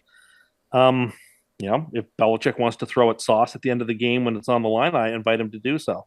I expect the Patriots are going to take away the running game completely. They're going to stack the box, and they're going to compel Zach to beat them. I don't know whether he can. It's an open question mark. We'll see. This is the real test. He's been able to get away with doing nothing for the last several weeks, and it's worked. But sooner or later, the rubber meets the road, and I think we've met that point. So I'm hopeful that he plays like he did against the Steelers late in the game where he swung it around, looked great, but I don't know. I don't know where. I'm not like the world's most confident on this. I think the Jets will win. I don't think it's going to be a rout. I think it's going to be a tight game, probably a score in the difference, but I think the Jets are the more talented team, and they are home. But they probably should win. I like the Jets here. I'm surprised you didn't add the Jets to your 6.5-point teaser, because I think they are on the teaser. I was gonna say I think that would qualify. That gets you through 3 and 7 by teasing 6.5. Yeah, no, the Jets are on there too. So Wong teaser aside, Geoff, I was surprised that the Patriots were still favored come today after what happened on Monday night. I really am. Yes, but there is that equity, I guess, in the casual marketplace of Bill Belichick, after getting embarrassed on national television, is going to figure something out. Now, for me, I look at this game, and this is probably really unfair. Because to say anything at this point is, I'm going to overstate something, but I don't have the right word. In some ways, to me, this feels like a litmus test for Belichick for me to determine if he's actually lost his fastball. Because you laugh at me, but I watched some Saskatchewan Roughriders last weekend, and they were rocking this QB rotation. Like first down one guy, second down another. And as we've discussed already on the show, in the CFL, you punt on third down. And even the embarrassing CFL announcers were like, this is insane. This is the dumbest thing I've ever seen. And then you put on your TV on Monday and Belichick's running it out. And now, Tim, question.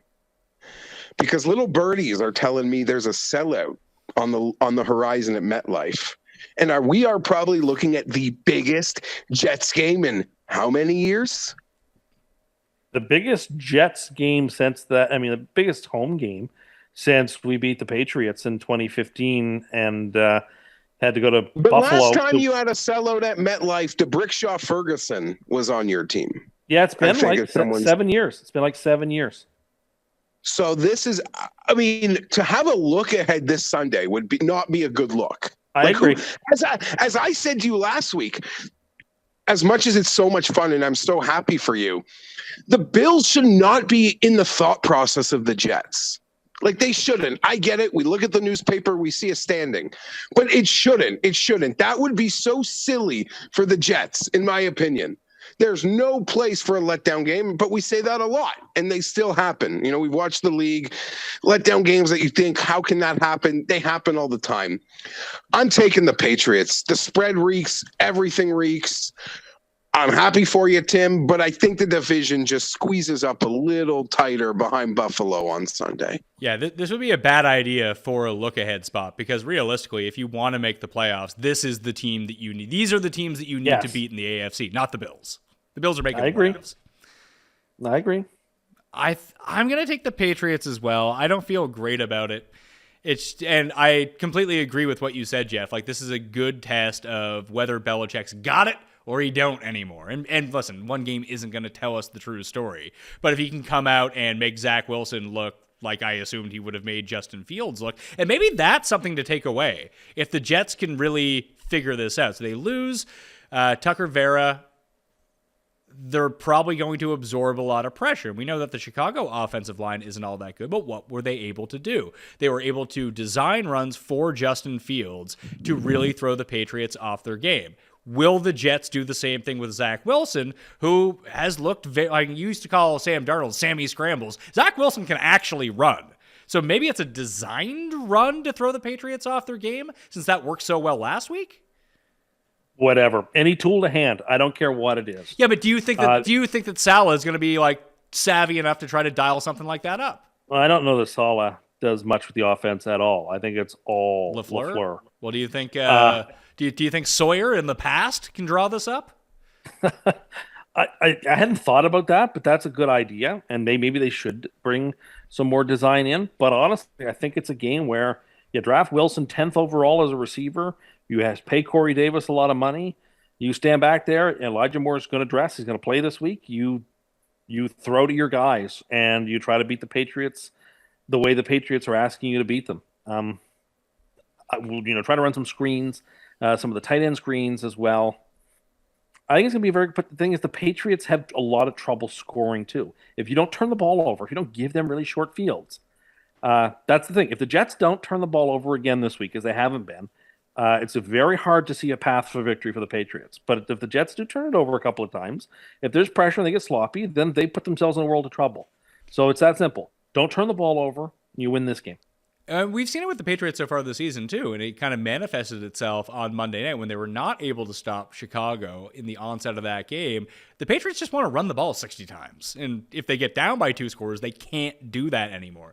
And the longer the game goes, the closer the game stays, the more of an advantage it is for them, because they can actually kill the clock on the ground. They will be able to run on the Jets. It's just you can't run on the Jets. You're down 13-0, 17-0. We're wearing all black for a funeral, and that funeral is named the Patriots. Oh, no. Well, tune in live Sunday night on Mayo Media Network, and you can see what Tim's reaction. It's either going to be ecstasy or he's still going to be down in the dumps 4 hours after this game ends. We'll see. But People like the hat. People want me wearing the hat. Paul's mom texted Paul about you and just like, your mom's a big Bills fan, and so is Paul.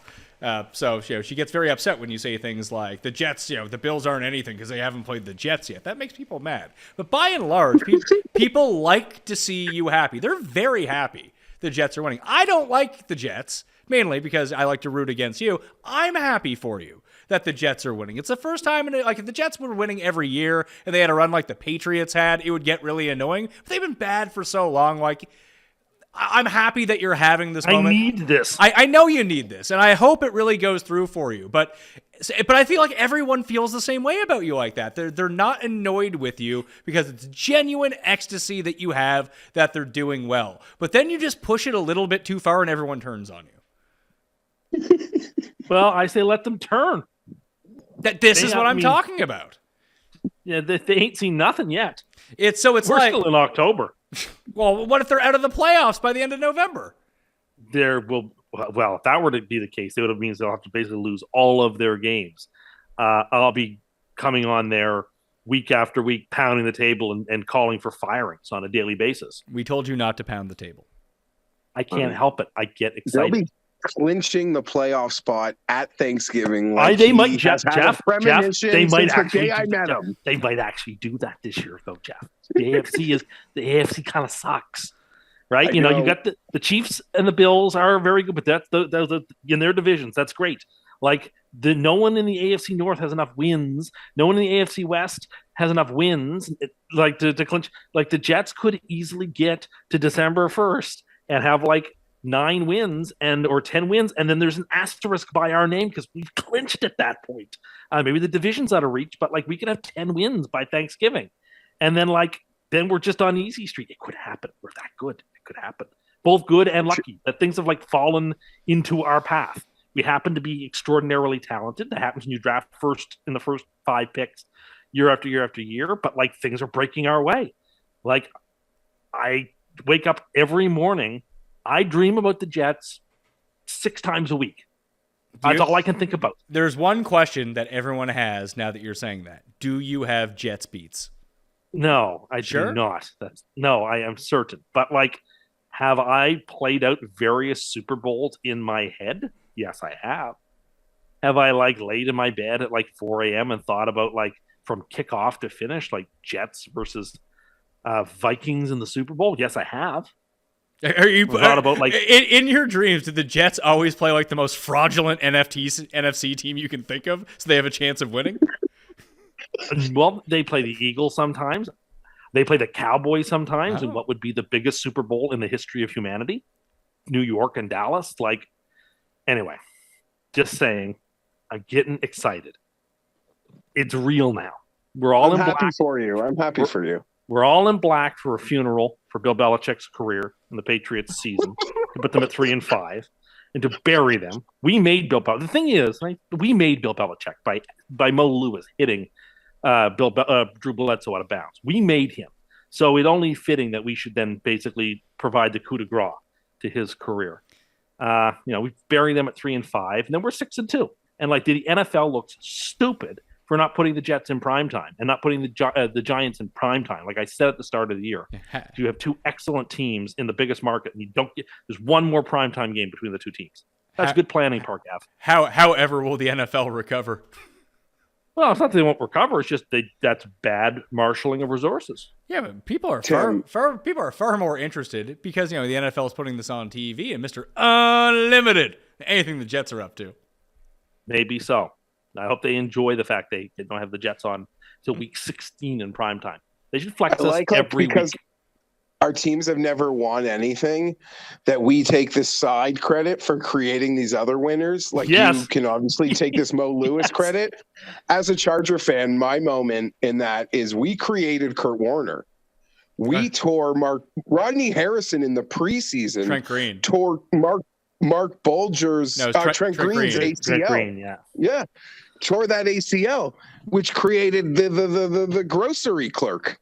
Yeah, it created a really terrible movie with that guy who was that show that Garion really liked on NBC that was like Chuck.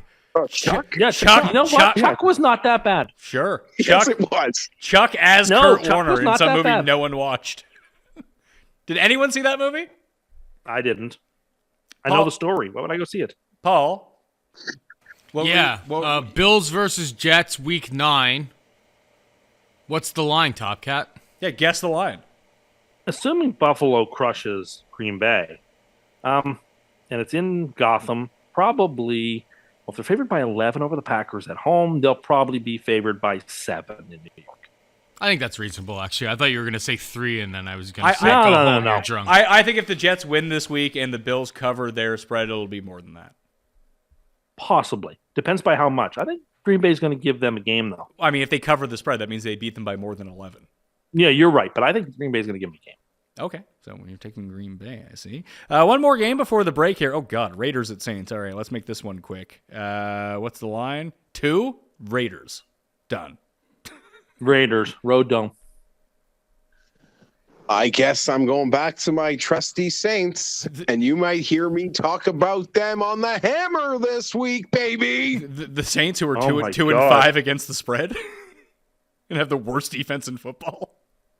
Another team where the loss of the head coach has made such a like the Buccaneers and the Saints are the teams that show most clearly what happens when you move from a good coach to a bad coach. Now, they keep talking about Sean Payton to this spot, Sean Payton to this spot, although Denver's looking more and more likely for him, I think, especially or the Chargers. There's compensation involved, Pat. Denver doesn't have picks. They could pay him, but they don't have picks. Now, let me be clear. I've been linked to this guy. Just really hit a source. You have been linked. Well, no, because Geoff has been linked to him. I have been linked to this guy. Yeah, but you got fucking Megabyte as your head coach. Him and Rob Pizzola. I think Geoff knows he probably is going to be getting a new coach next year. No, I need to say this. I'm not happy with who's there now, but I do not want to trade no fucking compensation for this. I don't. I also don't think my team would want to pay the Sean Payton price, but I don't want to give any compensation to hire a coach. And I do not think that the Spanos family would pay. Also, I'm hearing rumors we're active in trade markets. Great. Why? We suck. Get DJ Moore because Mike Williams might be out for the year. Are they active sellers or buyers? Buyers. We suck. We suck. We're not good. I don't want to trade assets to try to do this. And let's get to the break here, but I need 90 seconds. And you put it on a clock and stop me because we're on bye week. Has it already? Has your 90 seconds already started? Because you're 8 seconds in. It can start in 8 seconds. We're on bye week. I'm in the happiest place on earth. I can complain about the Chargers next week when we talk about them. But I need to say right now is that I don't know that we would be worse if it was Anthony Lynn coaching the team with Shane Steichen calling the plays. I don't know what is going on. They have castrated my quarterback. He has this beautiful arm. Let him throw. This defense sucks. It's your defense, buddy. It's your scheme. It's your fucking people. And you got them. Okay? Like, what? We were outcoached by everyone. By everyone. At least Anthony Lynn. Not Denver. Better than Denver. At least Anthony Lynn at one point took a 12-4. It took an untalented team and they won 12 games. Now we give this guy talent and we can't even find our way out of a paper bag. I have no clue. He can't coach, but he likes to be aggressive on fourth down. That's essentially what he can't game plan because we're down 10-0, 14-0, 17-0. I mean, what's the key to a coach? How do we start a game? Are we ready to play? No. So you like going on fourth down. Like that's your thing. 15 seconds. And I don't hate that part about you because I asked for a coach on the cutting edge. I asked for a coach on the cutting edge.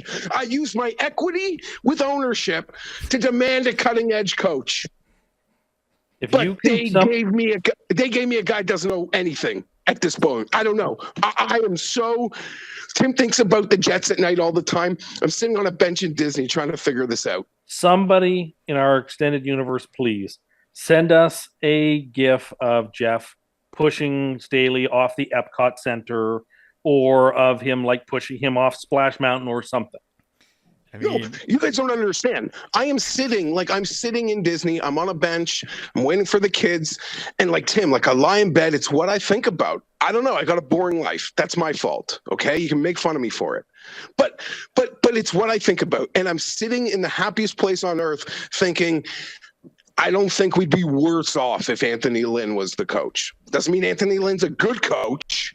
But I don't know that we'd be worse. I mean, I want to hire an asshole. We hire these people. They're good men.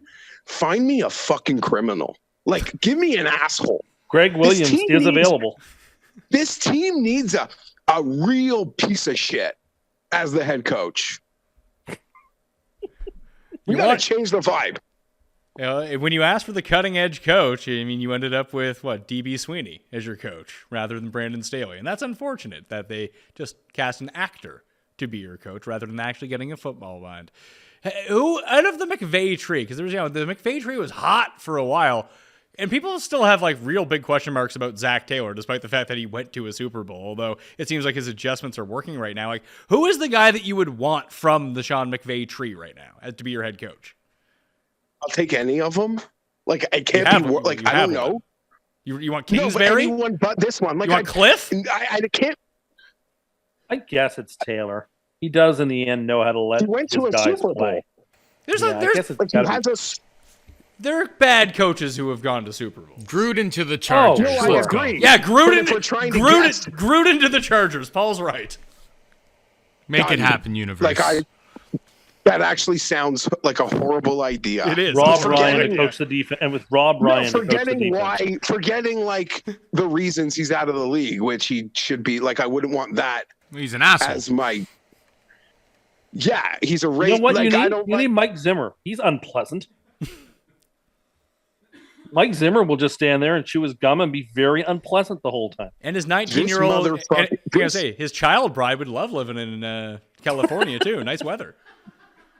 Child point. bride. Hey, you know, Joe Lombardi. Like, get this guy out of my life. The relationship here. Him and Staley are college buddies. Imagine, I'm gonna go get an NFL head coaching job. I don't have a single college buddy. I would say here, call my offense. If Pat gets an NFL team, he promised me I could call the special teams. It's true. I mean, look at me right now. My college buddy is on the show that most people watch and listen to on my own channel. So. And look, I'm only here because I'm like Homer. I showed up the day the plant opened. I'd hire Tim. Tim can tackle Derrick Henry. He can run the defense if nothing else. Thank you. I appreciate that. He just play. Yeah, so I'm phased. And I'm not even upset. Like the loss didn't even bother. The losses didn't hurt as much because I wasn't like the long term didn't feel exciting. If that makes any sense. Like the Jacksonville loss broke me, but I'm already broken as this year. I'm already broken. So yeah, I mean, trust me, I can fall farther. Hey, look, and it you could guys be worse. would love it. You could be Denver. It could be worse. You're right. Seattle could have my picks, and yeah, you're right. I guess sure. Well, that was the breakdown of Las Vegas, New Orleans. That brings us to the halfway point of the show. So it's time for a mini version of Cust Corner. Cust Corner, it's Cust Corner.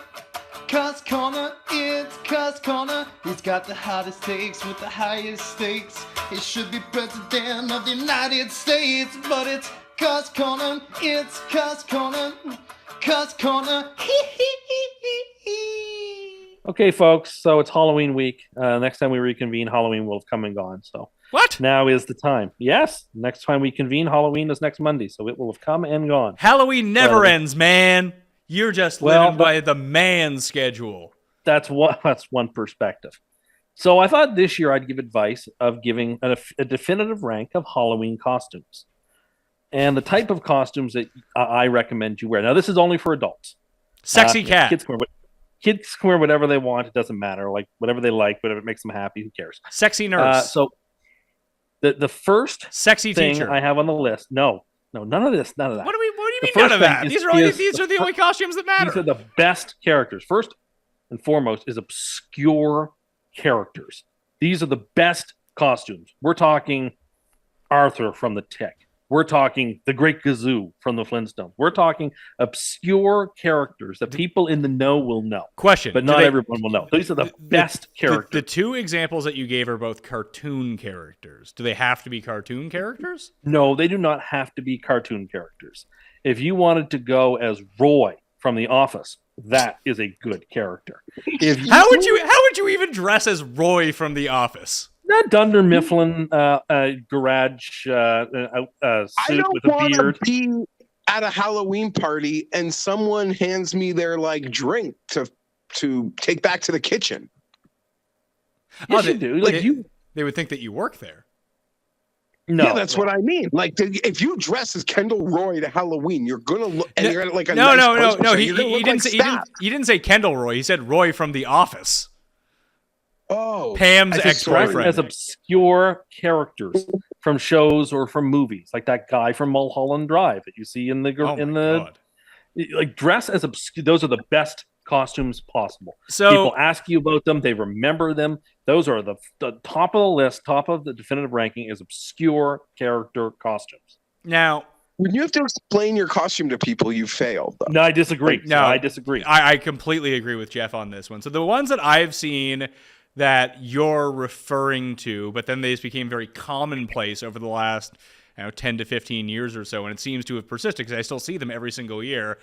Richie Tenenbaum and what's Gwyneth Paltrow's name in that? Margot Tenenbaum.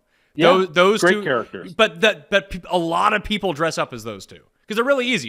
You just go thrifting with Tim, go to the old vintage shop, and you're dressed up as them basically. Maybe, but my point stands is that whether it's movies or TV shows, obscure but memorable characters are the best Halloween costumes. I strongly believe that. Hold on. I'm going to throw an addendum on that, saying if you don't look like the person that you're dressing up as, don't do it, because then it just becomes super confusing. Like when our buddy Dub dressed up as Borat, he kind of looks like Borat. That made a lot of sense. Or if I went as Paul Bearer, it would be a very good impression. I think you should do that on Sunday night. You should be dressed as Paul Bearer with the urn live on set. For the funeral. For the Belichick funeral. Perfect. It's your best impression by a mile. It is your best impression. You kind of look like the by guy. A mile. And yeah, you're burying Bill Belichick. It is a good impression. But it's not my only good impression. I mean, that was my second one, is that you should go as a character you can do an impression of. So if you do a good, I don't know, Alf, or if you do a good Christopher Walken, like I do, or you do a good Lucille Ball, like Geoff likes, whoever you do good everyone I believe has one or two spot-on impressions. I believe we're all talented with some ability to do some sort of amazing impression.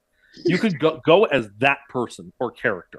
That's number two. Go as people you can do impressions of, because you'll just continue to just delight people all night long with your impression that's spot on. I will give a tip out there for people going to Halloween parties. Make your costume, if you're a man, something that you can get your dick out of quickly, because people love hooking up at Halloween parties. And you don't want to be dressed up in one of these things where there's like a back zip. It's going to take a while. Something that's easy to get it out with, just like sexy nurse, sexy cat, whatever it is. Those are easy costumes to have sex in. You can go to a closet. No one is the wiser. By the time that you get out of it, you don't really have much to do. You don't want to be standing there looking for a quick hookup, and it takes you 8 minutes to get out of your costume. Be very cognizant of that if you're going to look to hook up at a party. That's my advice. So the Spider-Man zips up on the back costume is not the most effective one. I would say that, unless you cut out weird holes. Yeah, or unless you're able to also do a web slinger. What's going to be that very popular Pop costume? culture? I remember a few years ago, the Chilean miners were 3 out of every 10 guys. So we had a Halloween party one year. That's an easy one, though. That's a really easy one. 4 or 5 years ago, when Gangnam Style was big, we had somebody go as Psy from Gangnam Style. And so that was number 3 on my list, which is whatever's pop culturally or a fad in this moment. That's a great costume. No, that's not. That's the opposite. You only get one crack at it, but the guy going as the super culturally pop culture thing of that very moment is the least creative guy you know.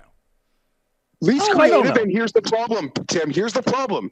Unless you do it the best out of all the 100 guys at the party in the same costume, you suck. You suck. And one guy is going to have an accessory or have the look or do something where he just crushes all you guys, and you guys all just look like shit. So this is like South Park when everyone dresses up as Chewbacca? Yeah.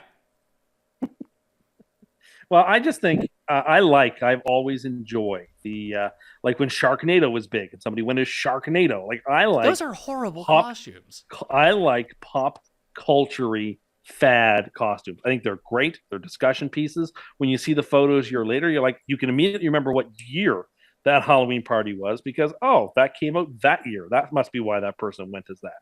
It's a great sort of time capsule of the day. So I love that. How do you feel about joint costumes? Because people who watch the live show on Sunday will sometimes hear laughing in the background. That's our pal Yanni. Yanni and I went as Crockett and Tubbs from the 1980s Miami Vice one year, but we got so drunk at the party we started to look like Jamie Foxx and Colin Farrell by the end of the night. And I think they both had to go to rehab after filming that movie. And that's just what we looked like by the end of the night.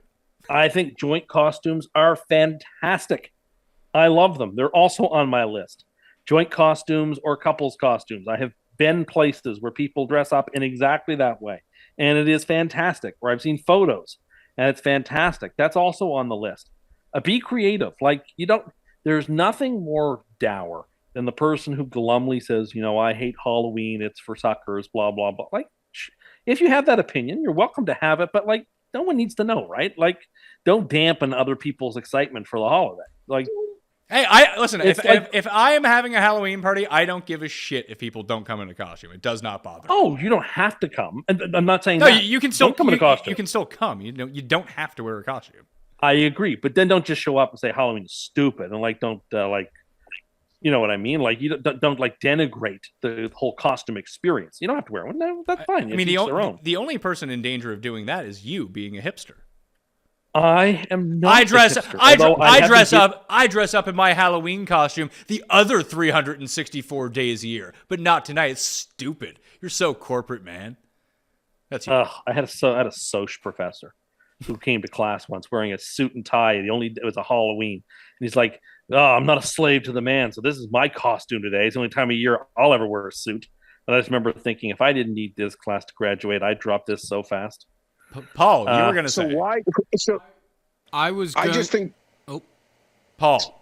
No, go, Paul. Go. I was going to say we should have like a Mayo Media giveaway, Halloween giveaway, if somebody wants to go out as Hipster Tim. Yeah, if someone dresses send up, pictures and we will send. I don't know. We've got some I got $100 to give you. We got some swag to give away. No, here. we don't have swag to give away. All I have is the fucking coin. I can't give. I got that some. away. We got some Prize Picks swag over there. Yeah, we'll give you some Prize Picks. We got some Prize Picks swag. DraftKings bucks. I don't have the. You know what? I'll just give you $100. The best. Whoever dresses the best up as Hipster Tim sends us a picture. I'll judge it. We'll judge it on the show collectively, and the winner will get $100. The Tim Andercuss Hipster Costume Contest. Great idea. That's why Paul's a producer. I'm not a hipster, although I've been really getting into tea the last couple of weeks. Fuck. I bought this stuff called dirty chai tea, which is like got a little bit of espresso mixed into the tea bag with the chai tea. So like it gives you a little bit of a hit of caffeine while also you're sort of getting the mellow and full flavor of the chai. You're starting to sound like something that rhymes with teabag, by the way. No, it's just like I have started to get into tea recently, which I'm sure is not helping me, but it's true. You are kind of like Trump in the sense that there's always a tweet. Like there's always a tweet in your history that will probably come back on you like with a completely different opinion than the one that you formulate. Well, because I don't delete. And you make outrageous claims on stuff you have no idea about. Like when you were tweeting about how trash craft beer was, just turns out you had never had one. I express my opinion as I see it in that moment. Your DFL ranking. The DFL on my list, the other couple of things on this costume list are, when in doubt, go the extra mile. You won't regret it. Go ahead and do the painting, do the extra thing, add the little touches, go the extra mile, have fun with it. But the DFL, the worst thing you can be is the generic character. Don't go as Batman. Or Spider-Man. The Batman. Or, Buzz Lightyear. Or the hockey player. Or the football. Don't go as a generic. Everyone's seen it. You're talking about an adult. What adults do you see dressed up like this? Oh, I see it at every the hockey guy, single. like the baseball player, like Tim's right. That is the you see it at every.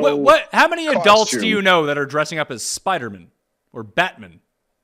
Every year, somebody dresses as one of the major superhero characters at the Halloween party I go to. One person or another. Every year. Is it the same invariably? person? No, it's not. That's why I say that. It's not. Now, it happens every year. It will happen again this year. No doubt. People do this. I would think that those people are that are picking up a costume last second because they don't want to be the person at the party that gets bullied by you for not having a costume. Well, I just like originality, and I prefer. Yeah, but they don't care. But they want to keep up the illusion anyway. I like when people wear costumes you've never heard of this person. I like that. That time. Of course, you're Hipster Tim. Of course, you would love that. No. I like the obscure. You haven't heard of it? Well, I have. People should know who Arthur from The Tick is, for example. If they don't, well, then too bad. Oh, I'm the boss from Life and Times of Tim. You know who that is? Okay. These are just cartoons that you're talking about. Nobody knows who these people are. Yeah, then you have to you're Murray. I'm dressed up as Murray from Flight of the Conchords. I know who that is. Oh, that one's a bit more known, I would suppose. Anyway, these are all costumes for men. Do you have any costumes for women? Oh, well, it's the same thing. These are all unisex costumes. Sexy prostitute? No. Well, compared to what? Non-sexy prostitute? Well, I would say the majority of prostitutes are not sexy. So, yeah, sexy prostitute would Okay, be good. fair enough. I think of these characters as unisex. Like, pick obscure characters that are interesting. Geoff, Think of... are there a lot of hookers around Disney? I don't know. I wouldn't know how to pick them out. I mean, it's not like the ones you see sitting near the slot machines at the Wynn. You're coming out of excess at 3 a.m. But yeah, I don't know. I don't have a good radar for that. Like, I wouldn't know. I'm aloof. You're not a good target. I guess you're always with your wife and your kids, so you can't just be approached. But I would think that like if there's people going to these things by themselves, that there'd probably be like a hooker circuit around. That'd be my guess anyway. The seedy underbelly of Disney, and why people and go I there think by it's themselves. like a very and it's a very popular like convention location. So you're based on that alone, you're like, there's no doubt there's a for sure industry here for that. No doubt. No, yeah, sure. People have to dress up like Donald Duck before they can have fun. Well, they might. Maybe that's the only way they can get off. You're having jet speeds. Don't look down on them. First, no, I'm not. But secondly, you don't need to dress up like Donald Duck. Why not? No need. You're telling me as you envision the fourth quarter of Jets Vikings Super Bowl, like it doesn't start to chub up, like with your 12-point lead? No, differently. I start to get terrified. I start thinking, oh my God, what would happen if we lost this game? Oh my God, how could we lose this game? What if we scored a touchdown, we kicked, and we missed the extra point to lose? What if Zach played a great game but threw a devastating pick? What would I do? Would I cry? Would I not cry? Would I stay here? Would I leave? What would I do? I start to have like those sorts of panic and fears go through my. None of these dreams are pleasant. If the Chargers made the Super Bowl, win or lose, I'm gonna cry. Like the journey to get there and then to come home empty and to think I have to do that over again would cause me to cry. Them winning would cause me to cry. There would be no scenario in which there wasn't lots of tears. You're right. Tears would be a necessity, but what type of tears? Yeah. You know what would be a really easy costume to do? Ace Ventura. Yes, with like asparagus in your mouth. You probably don't need to do that. No, that's trying too hard. That would make people not like you at a party. You'd be like that guy, T.H. Fake McCory that we knew. He's just a tryhard. No one likes a tryhard. Yeah, you could go as Ace Ventura. That'd be great. Smoking. That's the mask. Wait, that's the mask. Somebody stop me. It's a pretty good Jim Carrey, pal.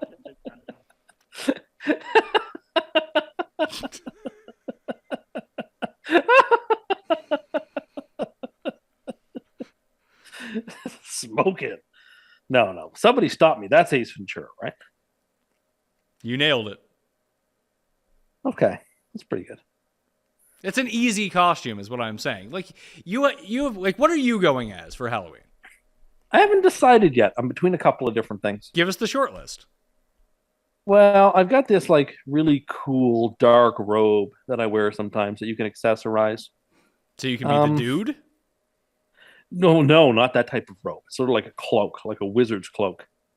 Did you steal it from a hotel? Yeah. Is it that thing? Is that thing you got your PhD in? That looks like the jester's uniform? It is not a jester's uniform. It's academic regalia. I've considered going as a fictional character, the Curse. So you're just going to propagate the curse? I've decided I could go as that as the fictional character and quote unquote curse things throughout the evening. But you'd be doing that anyway. It sounds like you showed up without a costume. No, I mean, like I can come up with stuff. It sounds like you're. I've come up with stuff at the last minute. I've come up with stuff at the last minute before. I'm very talented at that. But you're telling people like this list of stuff that they should do. Like, don't go as an obscure character to anything. Go as a character people know. Just make it an older character. Don't make it What if you went as the nihilist from Lebowski? Like, that's a great character. People would think you're a fucking Nazi if you did that. If they would think that you're in a Nazi outfit. Do you want people to make that mistake? Oh, they don't know who I am. What a hipster. It's like, oh, he's a Nazi. Great. No. You'd be like fucking Prince Harry.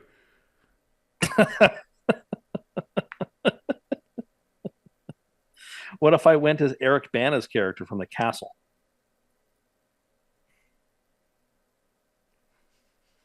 Like, that would be a good character. I don't know. I'm spitballing. Like, that's the type of obscure character I think it's funny that people, when they hear who it is, like, really enjoy that. Like, oh yeah, I know who that is. You're Uncle Maurice from Bewitched. That's a good character. Or Geoff Probst. Wear a vest. Tell various people that the tribe has spoken. I just hope this Halloween party we play beer pong, because I am, a little unknown, I'm excellent at beer pong. So much so that they had to change the rules in years past, where they don't allow you to blow the ball out of the cup. Because I was good at that. No one believes you. I'm actually I'm not the best at it, but I'm pretty decent at Beirut, I have to say. No one believes that. Well, it's true. I'm pretty decent at it. Mm-hmm.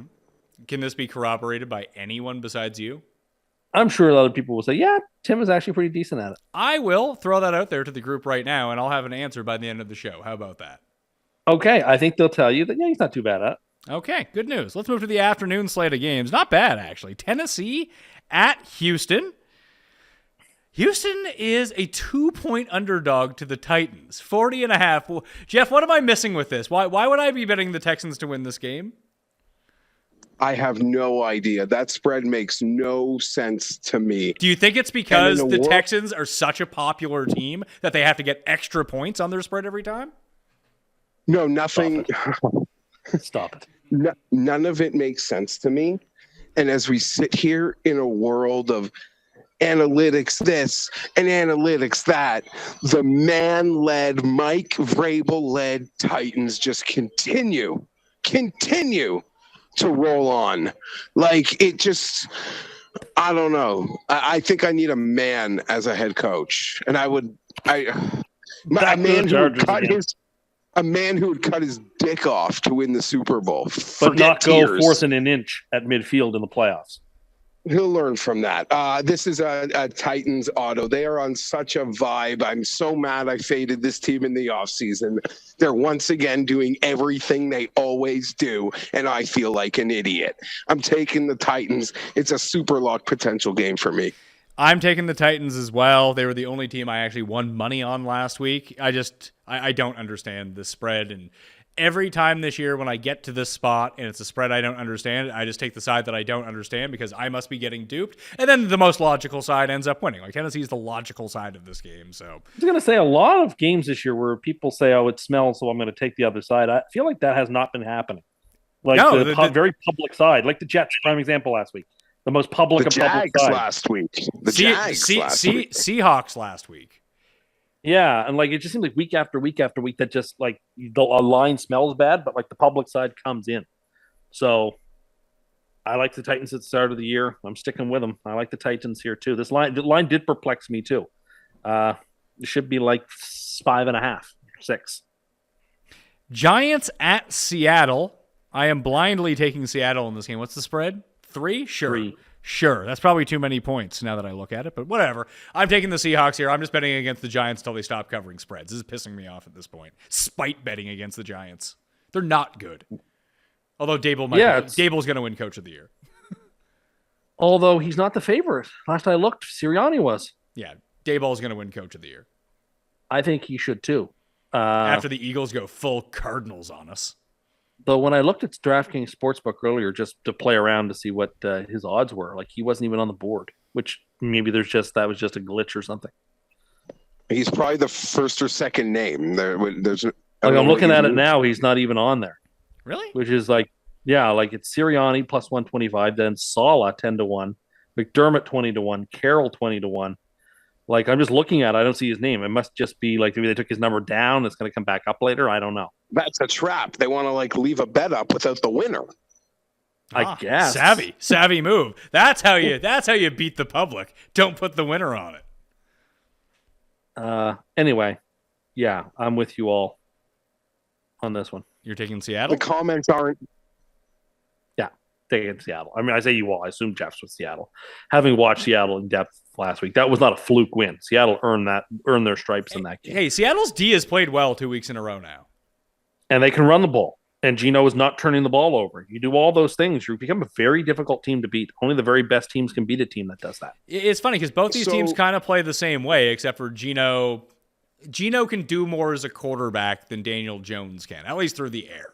And if you force Daniel Jones to have to throw the ball a ton, then we're going to see some fumbles and picks, where hasn't been the case with Gino.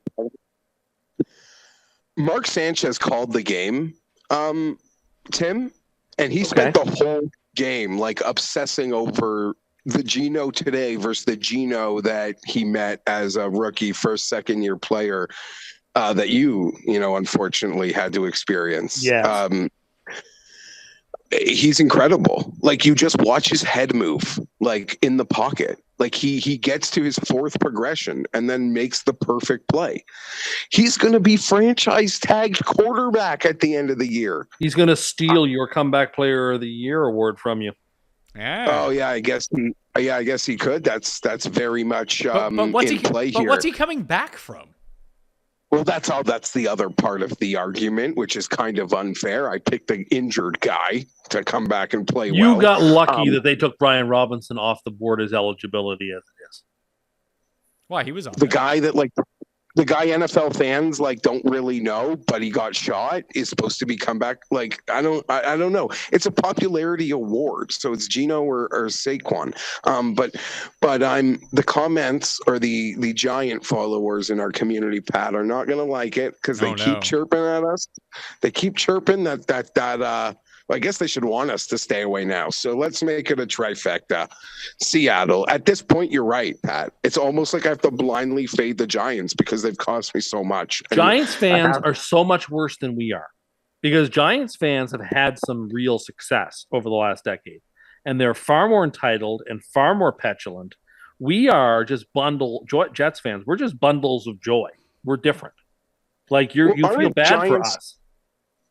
Aren't Giants fans I don't even mean this to insult anybody, but I get the vibe that they're like the upper crust of New York society. Or so they think. What, Giants fans? Mets fans, Jets fans, and what's the other? It would have been Nets Islanders. fans. And Islanders fans. It's like Long Island, New Jersey, that's that base.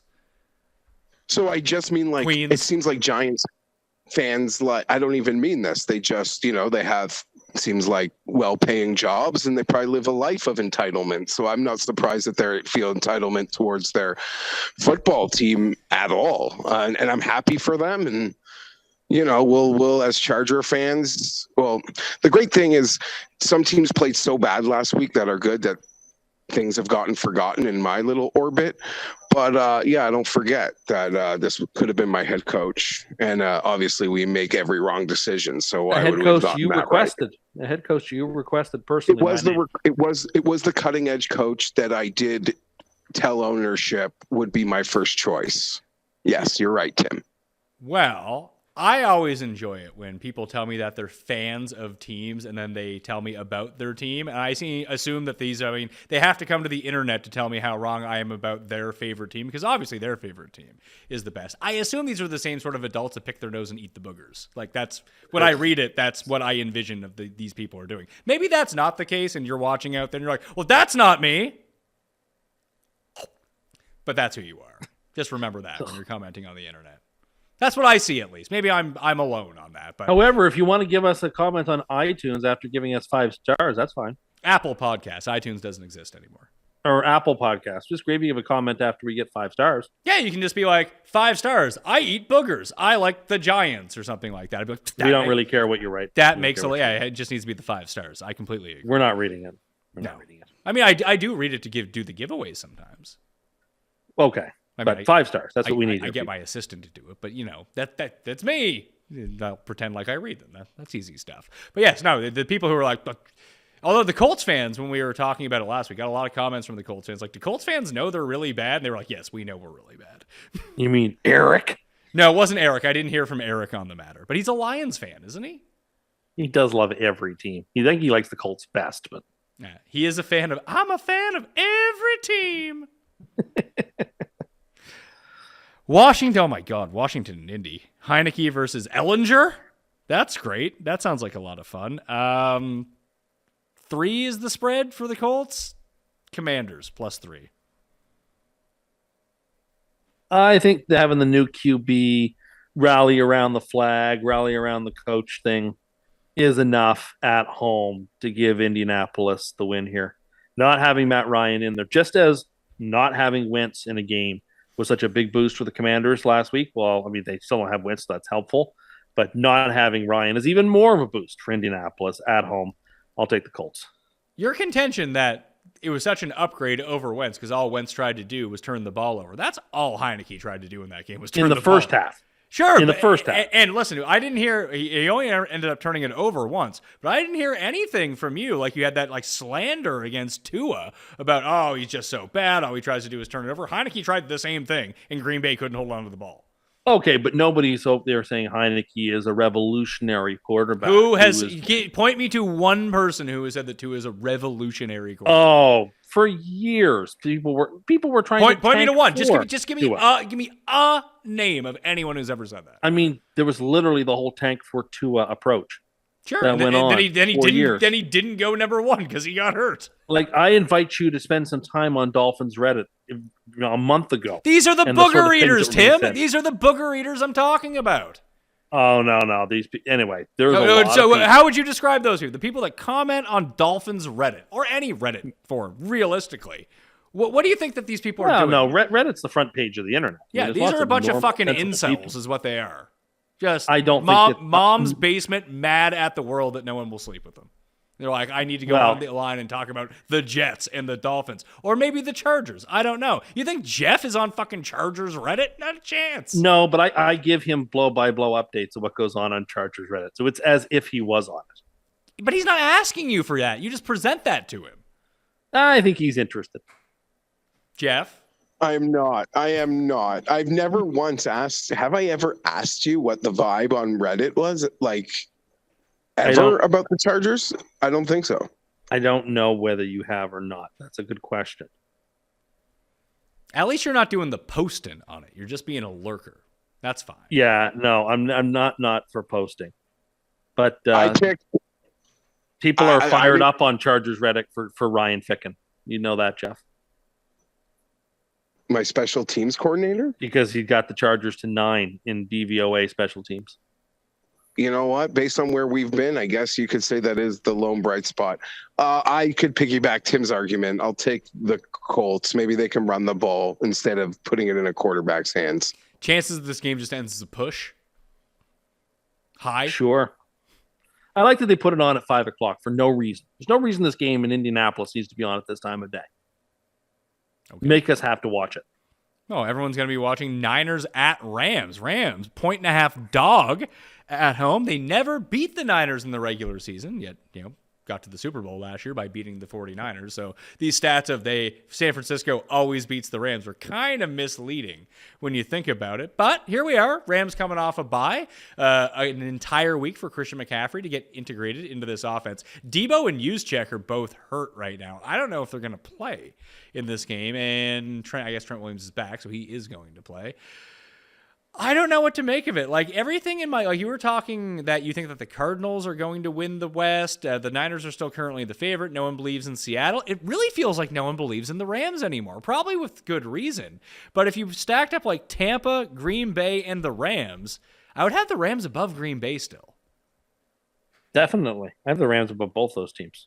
The Rams have the least amount of problems that are fixable in the sense that they can fix them. Like they're not lost causes. Now, see, I would say if you think McVay's a good coach, I would say that the Bucs are number 1 on that list. I don't know. I think what's going on with Brady might not be fixable. But I don't know. If you think McVay's a good coach, and I do, and you think there's still some talent on that Rams team, the Niners are just a walking graveyard. There's just so many injuries. I just can't. I mean, that defense, which still had some players, gave up 44 last week. Like that, I don't care who you're playing. You should never give up 44 points.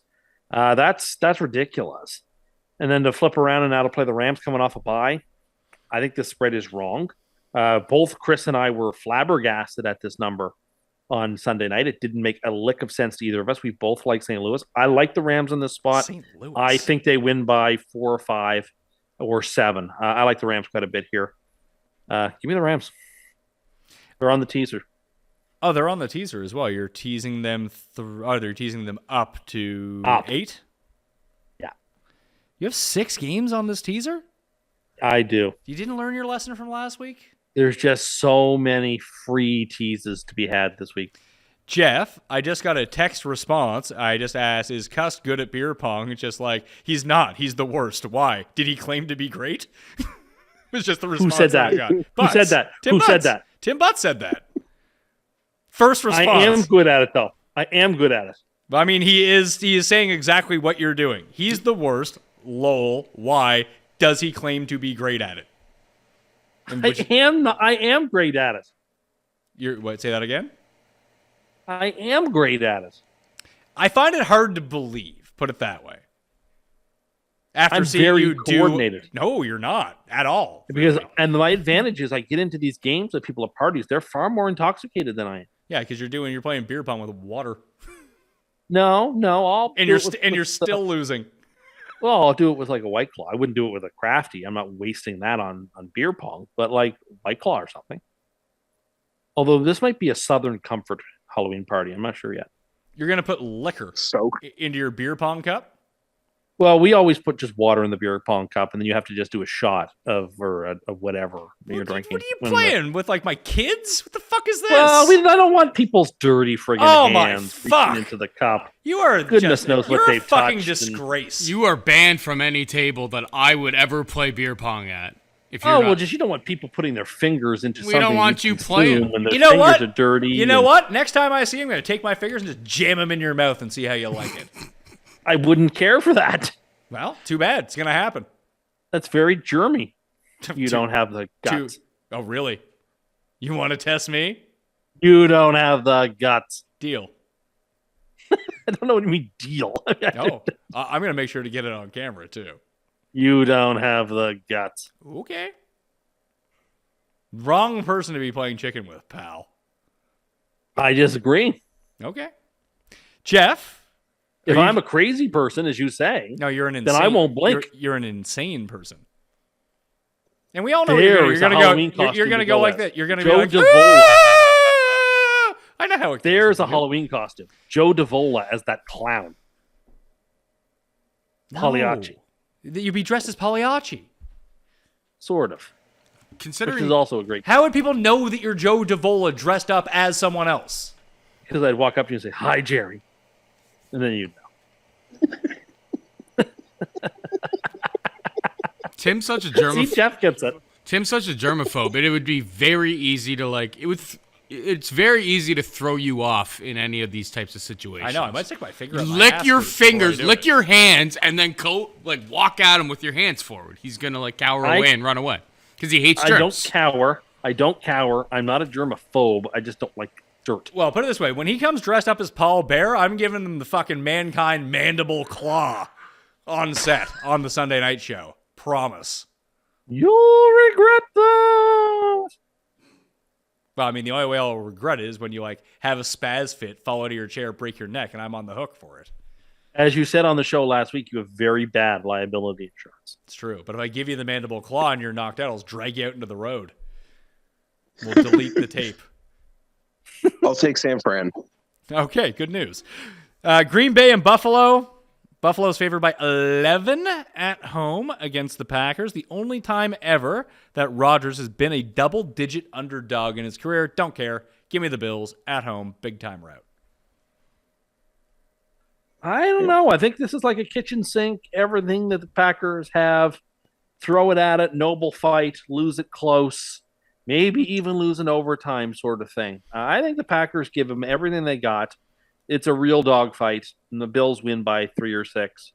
I think the Packers keep it close enough to cover. Like I said to start the year, it feels like there's every Sunday, I don't care who they're playing. If the Bills are at home, it feels like there's an 80% chance they're going to win by double digits. It kind of sucks to have to play this number the same as it was versus Pittsburgh a couple of weeks ago. But yeah, this is we're watching a marriage end in front of our eyes. And like I said last week, they're only still together because they feel like they've got to do Thanksgiving and Christmas with families. But they're all pretty much preparing to tell everyone it's over. Yeah, they gotta wait. Bills, They gotta wait till the kids all go to college before they can get divorced because they want to maintain a semblance of a stable household while the kids are still in it to give them the best chance at life. But once the kids are out of there, divorced. Seen it too many times. So, Monday Night Football, Cincinnati at Cleveland. What do we got the number at here? 3. This is interesting. So we're going to play at the 3 as it is on the board like we have with the other games so far. However, this has now moved to 3.5 in real time as we talk about it. I like the 3.5 for the Browns. I'm going to take the 3 for the Browns. I think that people are going to see this as the Bengals aren't favored by enough with the way that they've been playing. Their defense on the Cleveland side is god-awful. Very true. But the Browns just continue to be competitive in every game. It doesn't matter who they play. Good team, bad team, doesn't make it like a difference. I'll take the Browns plus 3. Maybe even Browns money line. I just don't know that the Browns defense can hold up. Like, how are they stopping Cincinnati? That's my concern. How here. is Cincinnati stopping the run? They can't stop the run. You're right. Well, I mean, look, we saw last week that the Ravens couldn't stop the run, and the Browns just elected not to run anymore. And then they started to run and got back into the game when they were down by a bunch. Right. So now you're asking me to. It's a short number. Browns on Monday night are always terrible. I don't know. I just like Burrow in the big spot. I think he's going to play fine. I think they're sort of clicking. They're sort of hitting a groove. I like the Bengals, so I'll take them. I'm not super confident about it. Geoff? The Bengals were my super lock last week, but I am with Pat on this one here. AFC North, primetime Monday nighter, the 15-play, 8.5-minute running touchdown drive. I take the points in this game, and there's the outright out, there's the inside 3 points, there's the 3 points push. I don't know. These NFC North head-to-heads, I'm just taking these points and counting my outs and hope to land on one of them. Going forward, because it's time for the super locks of the week for us as we get into everything, but this might be a sponsored segment moving forward. I'm not going to tell you who the sponsor is yet because they haven't paid me yet, but it's going to be pretty hilarious. I'm not going to lie to you. That is great SEO. My intrigue is I'm very intrigued, yes. You want to guess who the sponsor is? Some type of locking company. Okay. I don't know. Wrong. Yeah, it's a locksmith. It's Jim's Channel lock? Jim from down the street is. Yeah. Geoff, any I don't guess? know. It has nothing to do with locks. Put it that way. It's a food. Yeah, I have no food cereal. The cereal thing. Magic spoon. The magic spoon of the week. Lock. Maybe it's that. I don't know. Nutritious greens. You know, you've heard that ad like 3,000 times, and you still don't know what the company is? I know. I'm sorry. I know the greens part. It's athleticgreens.com. Athletic. Mayo. That's what it is. I mean, they're not even sponsoring the show today. I love Athletic Greens. Delicious. I bet it is. I'd love to try it. The move, I mean, I have a ton. I have like 5,000 things in the bottom of the studio house that I haven't got to yet because they keep sending me free stuff. But the move is, well, maybe not. Maybe not now that you're saying give it. You could have just asked for it instead of demanding that it come to you. The move is, though, is to go half and half because they say fill it up with 12 ounces of water. I enjoy to put 6 ounces of orange juice in there along with that and then do 6 ounces of water. I prefer the taste of it that way. I think it tastes very delicious. Okay. Super lock of the week. Who you got? Detroit. Rock City. A game they probably should be favored in against a Miami team that would have trouble scoring in any circumstance. So they can't cover this number. And that under is free money, too. Oh, geez. I'm surprised you didn't tease the 6.5 points with that under. Just saying, that under is one of the worst over-under numbers I've seen all year. Makes no sense. Did you pick Vegas or the Raiders? Or Vegas or New Orleans, sorry. I picked Las Vegas. Okay, so I had those mixed up because Geoff picked New Orleans. Geoff, who was your super lock? My super lock is going to, I can't believe I'm going to do it, but I'm going to take those inflated points, Pat, and I'm laying them with Dallas. The fake points? The fake points. I mean, there's the spread, and then I'm adding the fake points, and that's the game I'm picking. No, you're gonna be sweating that backdoor cover like the entire final hour of the early set of games. Did you say you're gonna be home for the games or not? Or are you still gonna be at Disney? I will be home. Okay. I am going to take. Fuck.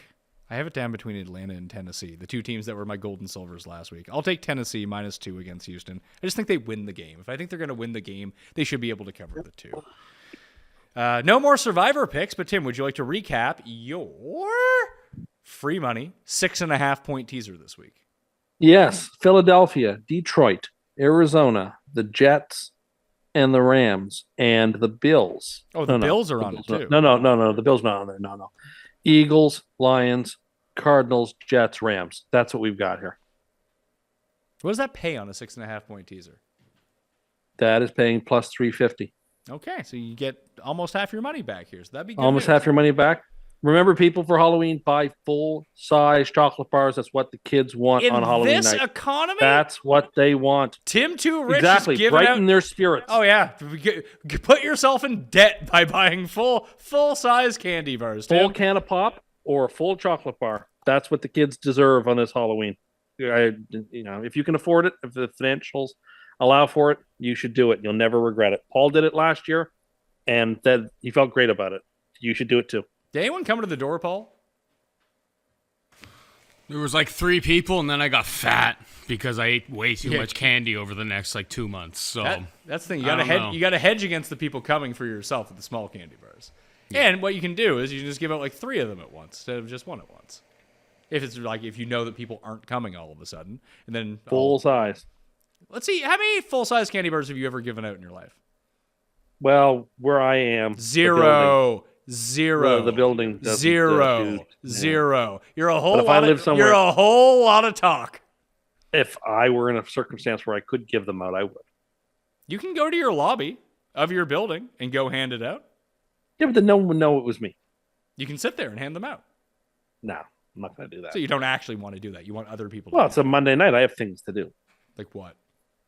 I have various things that I do. Paul. You could probably come to the studio and do it. Yeah, you can come here to the studio. Nobody's going to be giving candy here. I have my own place. Yeah, Paul no longer lives at the studio. So that's true. There it's you all go. you. Come here. You can buy $80 worth of candy bars and give them out here. Then the house won't get egged. The house they'll probably meet Cust and egg the house. Bad news.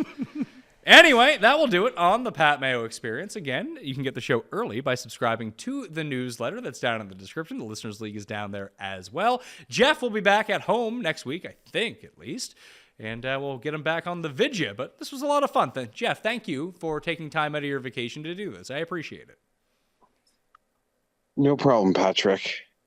And in the picture that we're using for your phonographic, you have Bret Hart sunglasses on. It's pretty cool. Love those. They're pretty good. And I'd also like to thank The Coin for being on the show, along with Tim Andergust. Tim Andergust. That's not my name. You can check us all out on thehammer.bet doing our Back to the Future show, which we're about to record. So take a look for that on Wednesday or Thursday when that is out. But smash likes out of the channel before you get out of here. I'll see you next time. Mayo Experience! Experience!